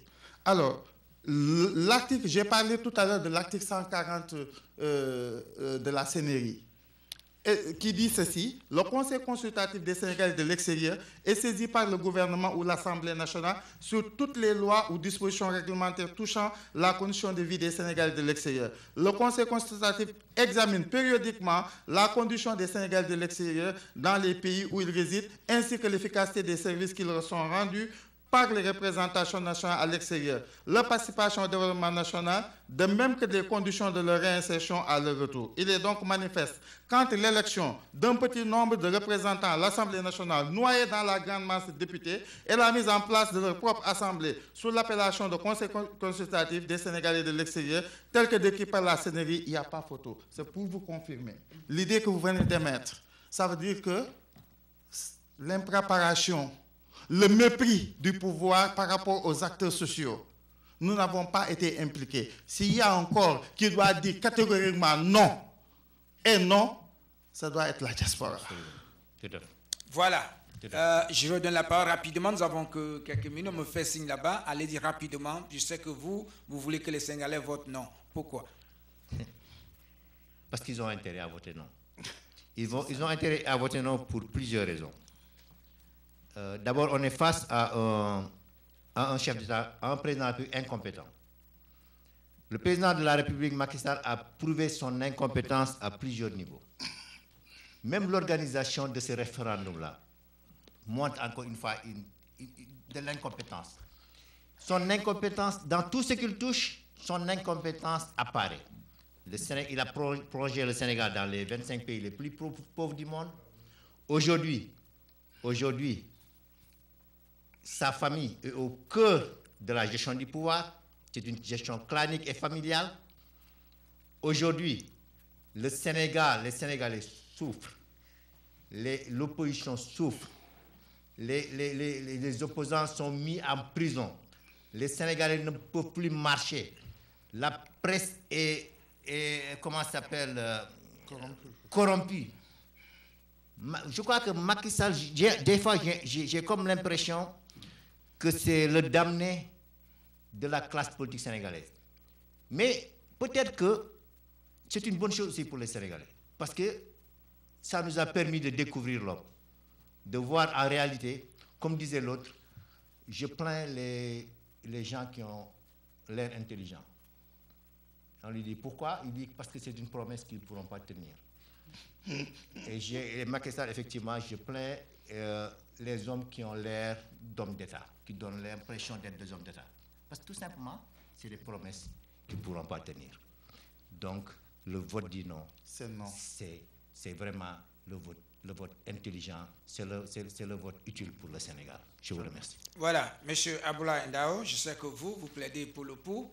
Alors, pourquoi les Sénégalais doivent voter pour ce projet de référendum? Oui, c'est ça, le pour, le oui. Voilà, vous plaidez pour le oui, donc allez-y. Dans toute nation fait face à son histoire. Et aujourd'hui, je crois que le Sénégal fait face à son histoire, ou bien une étape de son histoire. Le président Macky Sall, je sais qu'il n'a pas la prétention d'être un homme parfait. Je sais qu'il n'a pas la prétention de détenir toutes les clés qui pourront faire accéder le Sénégal à un développement. Mais je sais qu'il a l'intention, au moins, de parfaire notre démocratie, de la faire avancer d'un pas.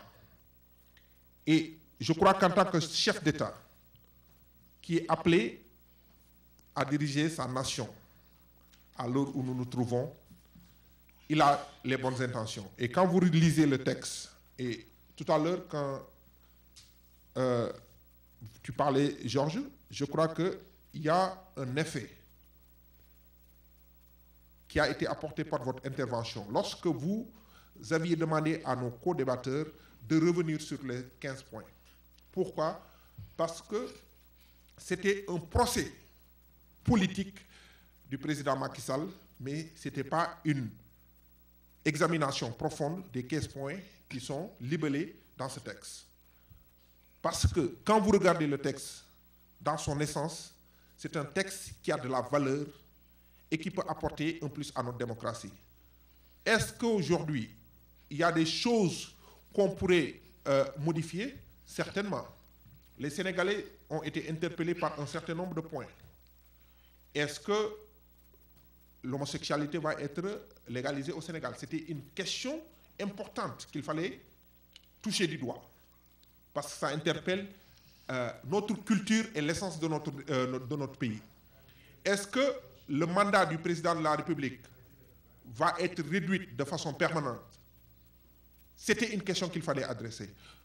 Nous n'avons pas, aujourd'hui, en tant que membre de l'APR, mais plus particulièrement en tant que Sénégalais, la prétention de croire que ce texte réglera les problèmes de tous les Sénégalais. Mais, encore une fois, c'est une pierre à l'édifice. Et les Sénégalais devront l'adopter, nous pencher sur la constitution de notre pays pour que demain nous puissions parfaire notre pays et parfaire notre démocratie de manière générale. Voilà, je crois que je vais équilibrer quand même les choses parce qu'il y a nous avons sur le plateau deux intervenants qui actuellement battent je crois, des campagnes pour le non et il n'y a qu'un. Donc je vais donner aussi la parole à une des personnes dans l'Assemblée qui est pour le oui, pour intervenir, pour qu'on fasse la balance. Parce que c'est ça la démocratie, le jeu de la démocratie. Et là, vous avez rapidement, je crois 2 minutes. Merci, c'est gentil. Pour clôturer, il faut voter le oui. Monsieur Seydi, Monsieur Silla, Monsieur Sall, désolé. Parce que dans ces 15 mesures, le président, Monsieur Macky Sall, emmène un nouveau type de politique pour le Sénégal, une tracée vers un changement positif.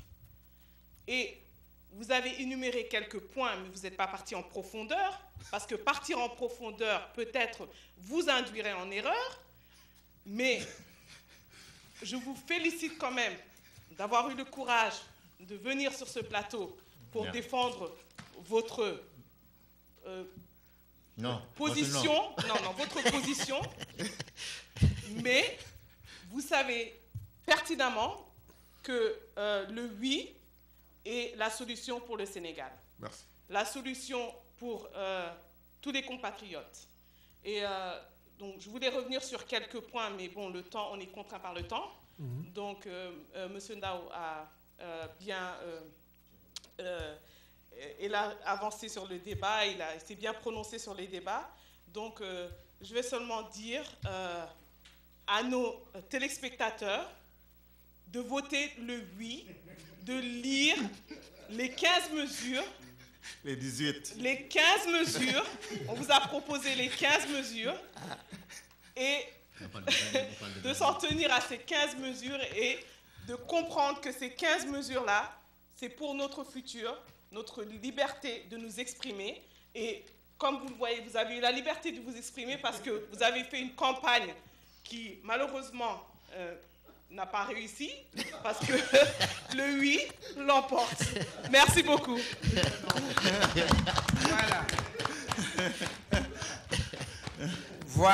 Voilà qui conclut ce débat. Je voudrais profiter de l'occasion pour dire vraiment merci à M. Abla Ndao, et à M. Lamine Sall, aussi à M. Amadou Seydi, qui nous ont fait vraiment l'honneur de venir sur ce plateau pour discuter effectivement à propos de ce débat, et plutôt à propos de ce référendum, et nous dire exactement, défendre un peu la position des uns et des autres. Je voudrais aussi profiter de l'occasion pour dire aussi merci à M. Diafouné, qui est coordinateur de l'opposition, qui était là, qui a participé à ce débat. Merci aussi à Mme Oulessi, qui nous a apporté son point de vue, effectivement, pourquoi les Sénégalais devaient voter oui. J'ai aussi eu la participation de M. Teregué, qui est journaliste, qui nous a effectivement fait un point très important, très succinct sur la situation politique comme on l'appelle, du Sénégal, et aussi à essayer de mettre sur la pesanteur, voilà, le pour et le contre. Je voudrais aussi profiter de l'occasion, se dire merci à M. Babaka Wade, activiste qui est là, mais qui n'a pas pu prendre la parole, qui a désisté à dernier moment. Il y a M. Amadou Ndao, le consul général du Sénégal à New York, qui était là, qui nous a honoré de sa présence, malheureusement, a écouté son passage avec nous, dû à d'autres préoccupations. Je voudrais aussi saluer M. Ndrissa Silla, du PIT, qui a rehaussé ce débat de sa participation, et puis plus aussi M. Ibrahim Hassen, depuis le Sénégal, qui a bien voulu nous apporter, comme on appelle, des éclaircissements quant à ce référendum du 20 mars 2016. En ce qui nous concerne, au niveau des SCA TV, ça a été vraiment un réel bonheur de recevoir, en tout cas, la communauté sénégalaise et de mettre sur le plateau ce sujet qui est un sujet vraiment très important. Le Sénégal qui est vu aujourd'hui au niveau de l'Afrique de l'Ouest, au niveau de l'Afrique subsaharienne, comme étant un modèle de démocratie. C'est normal que des problèmes qui engagent la société civile et la société, et je pourrais dire politique, créent en tout cas ce genre de débat. Et c'est ce que nous voulons, surtout au niveau de l'Afrique, des débats, c'est-à-dire la saine émulation des idées. Je voudrais remercier M.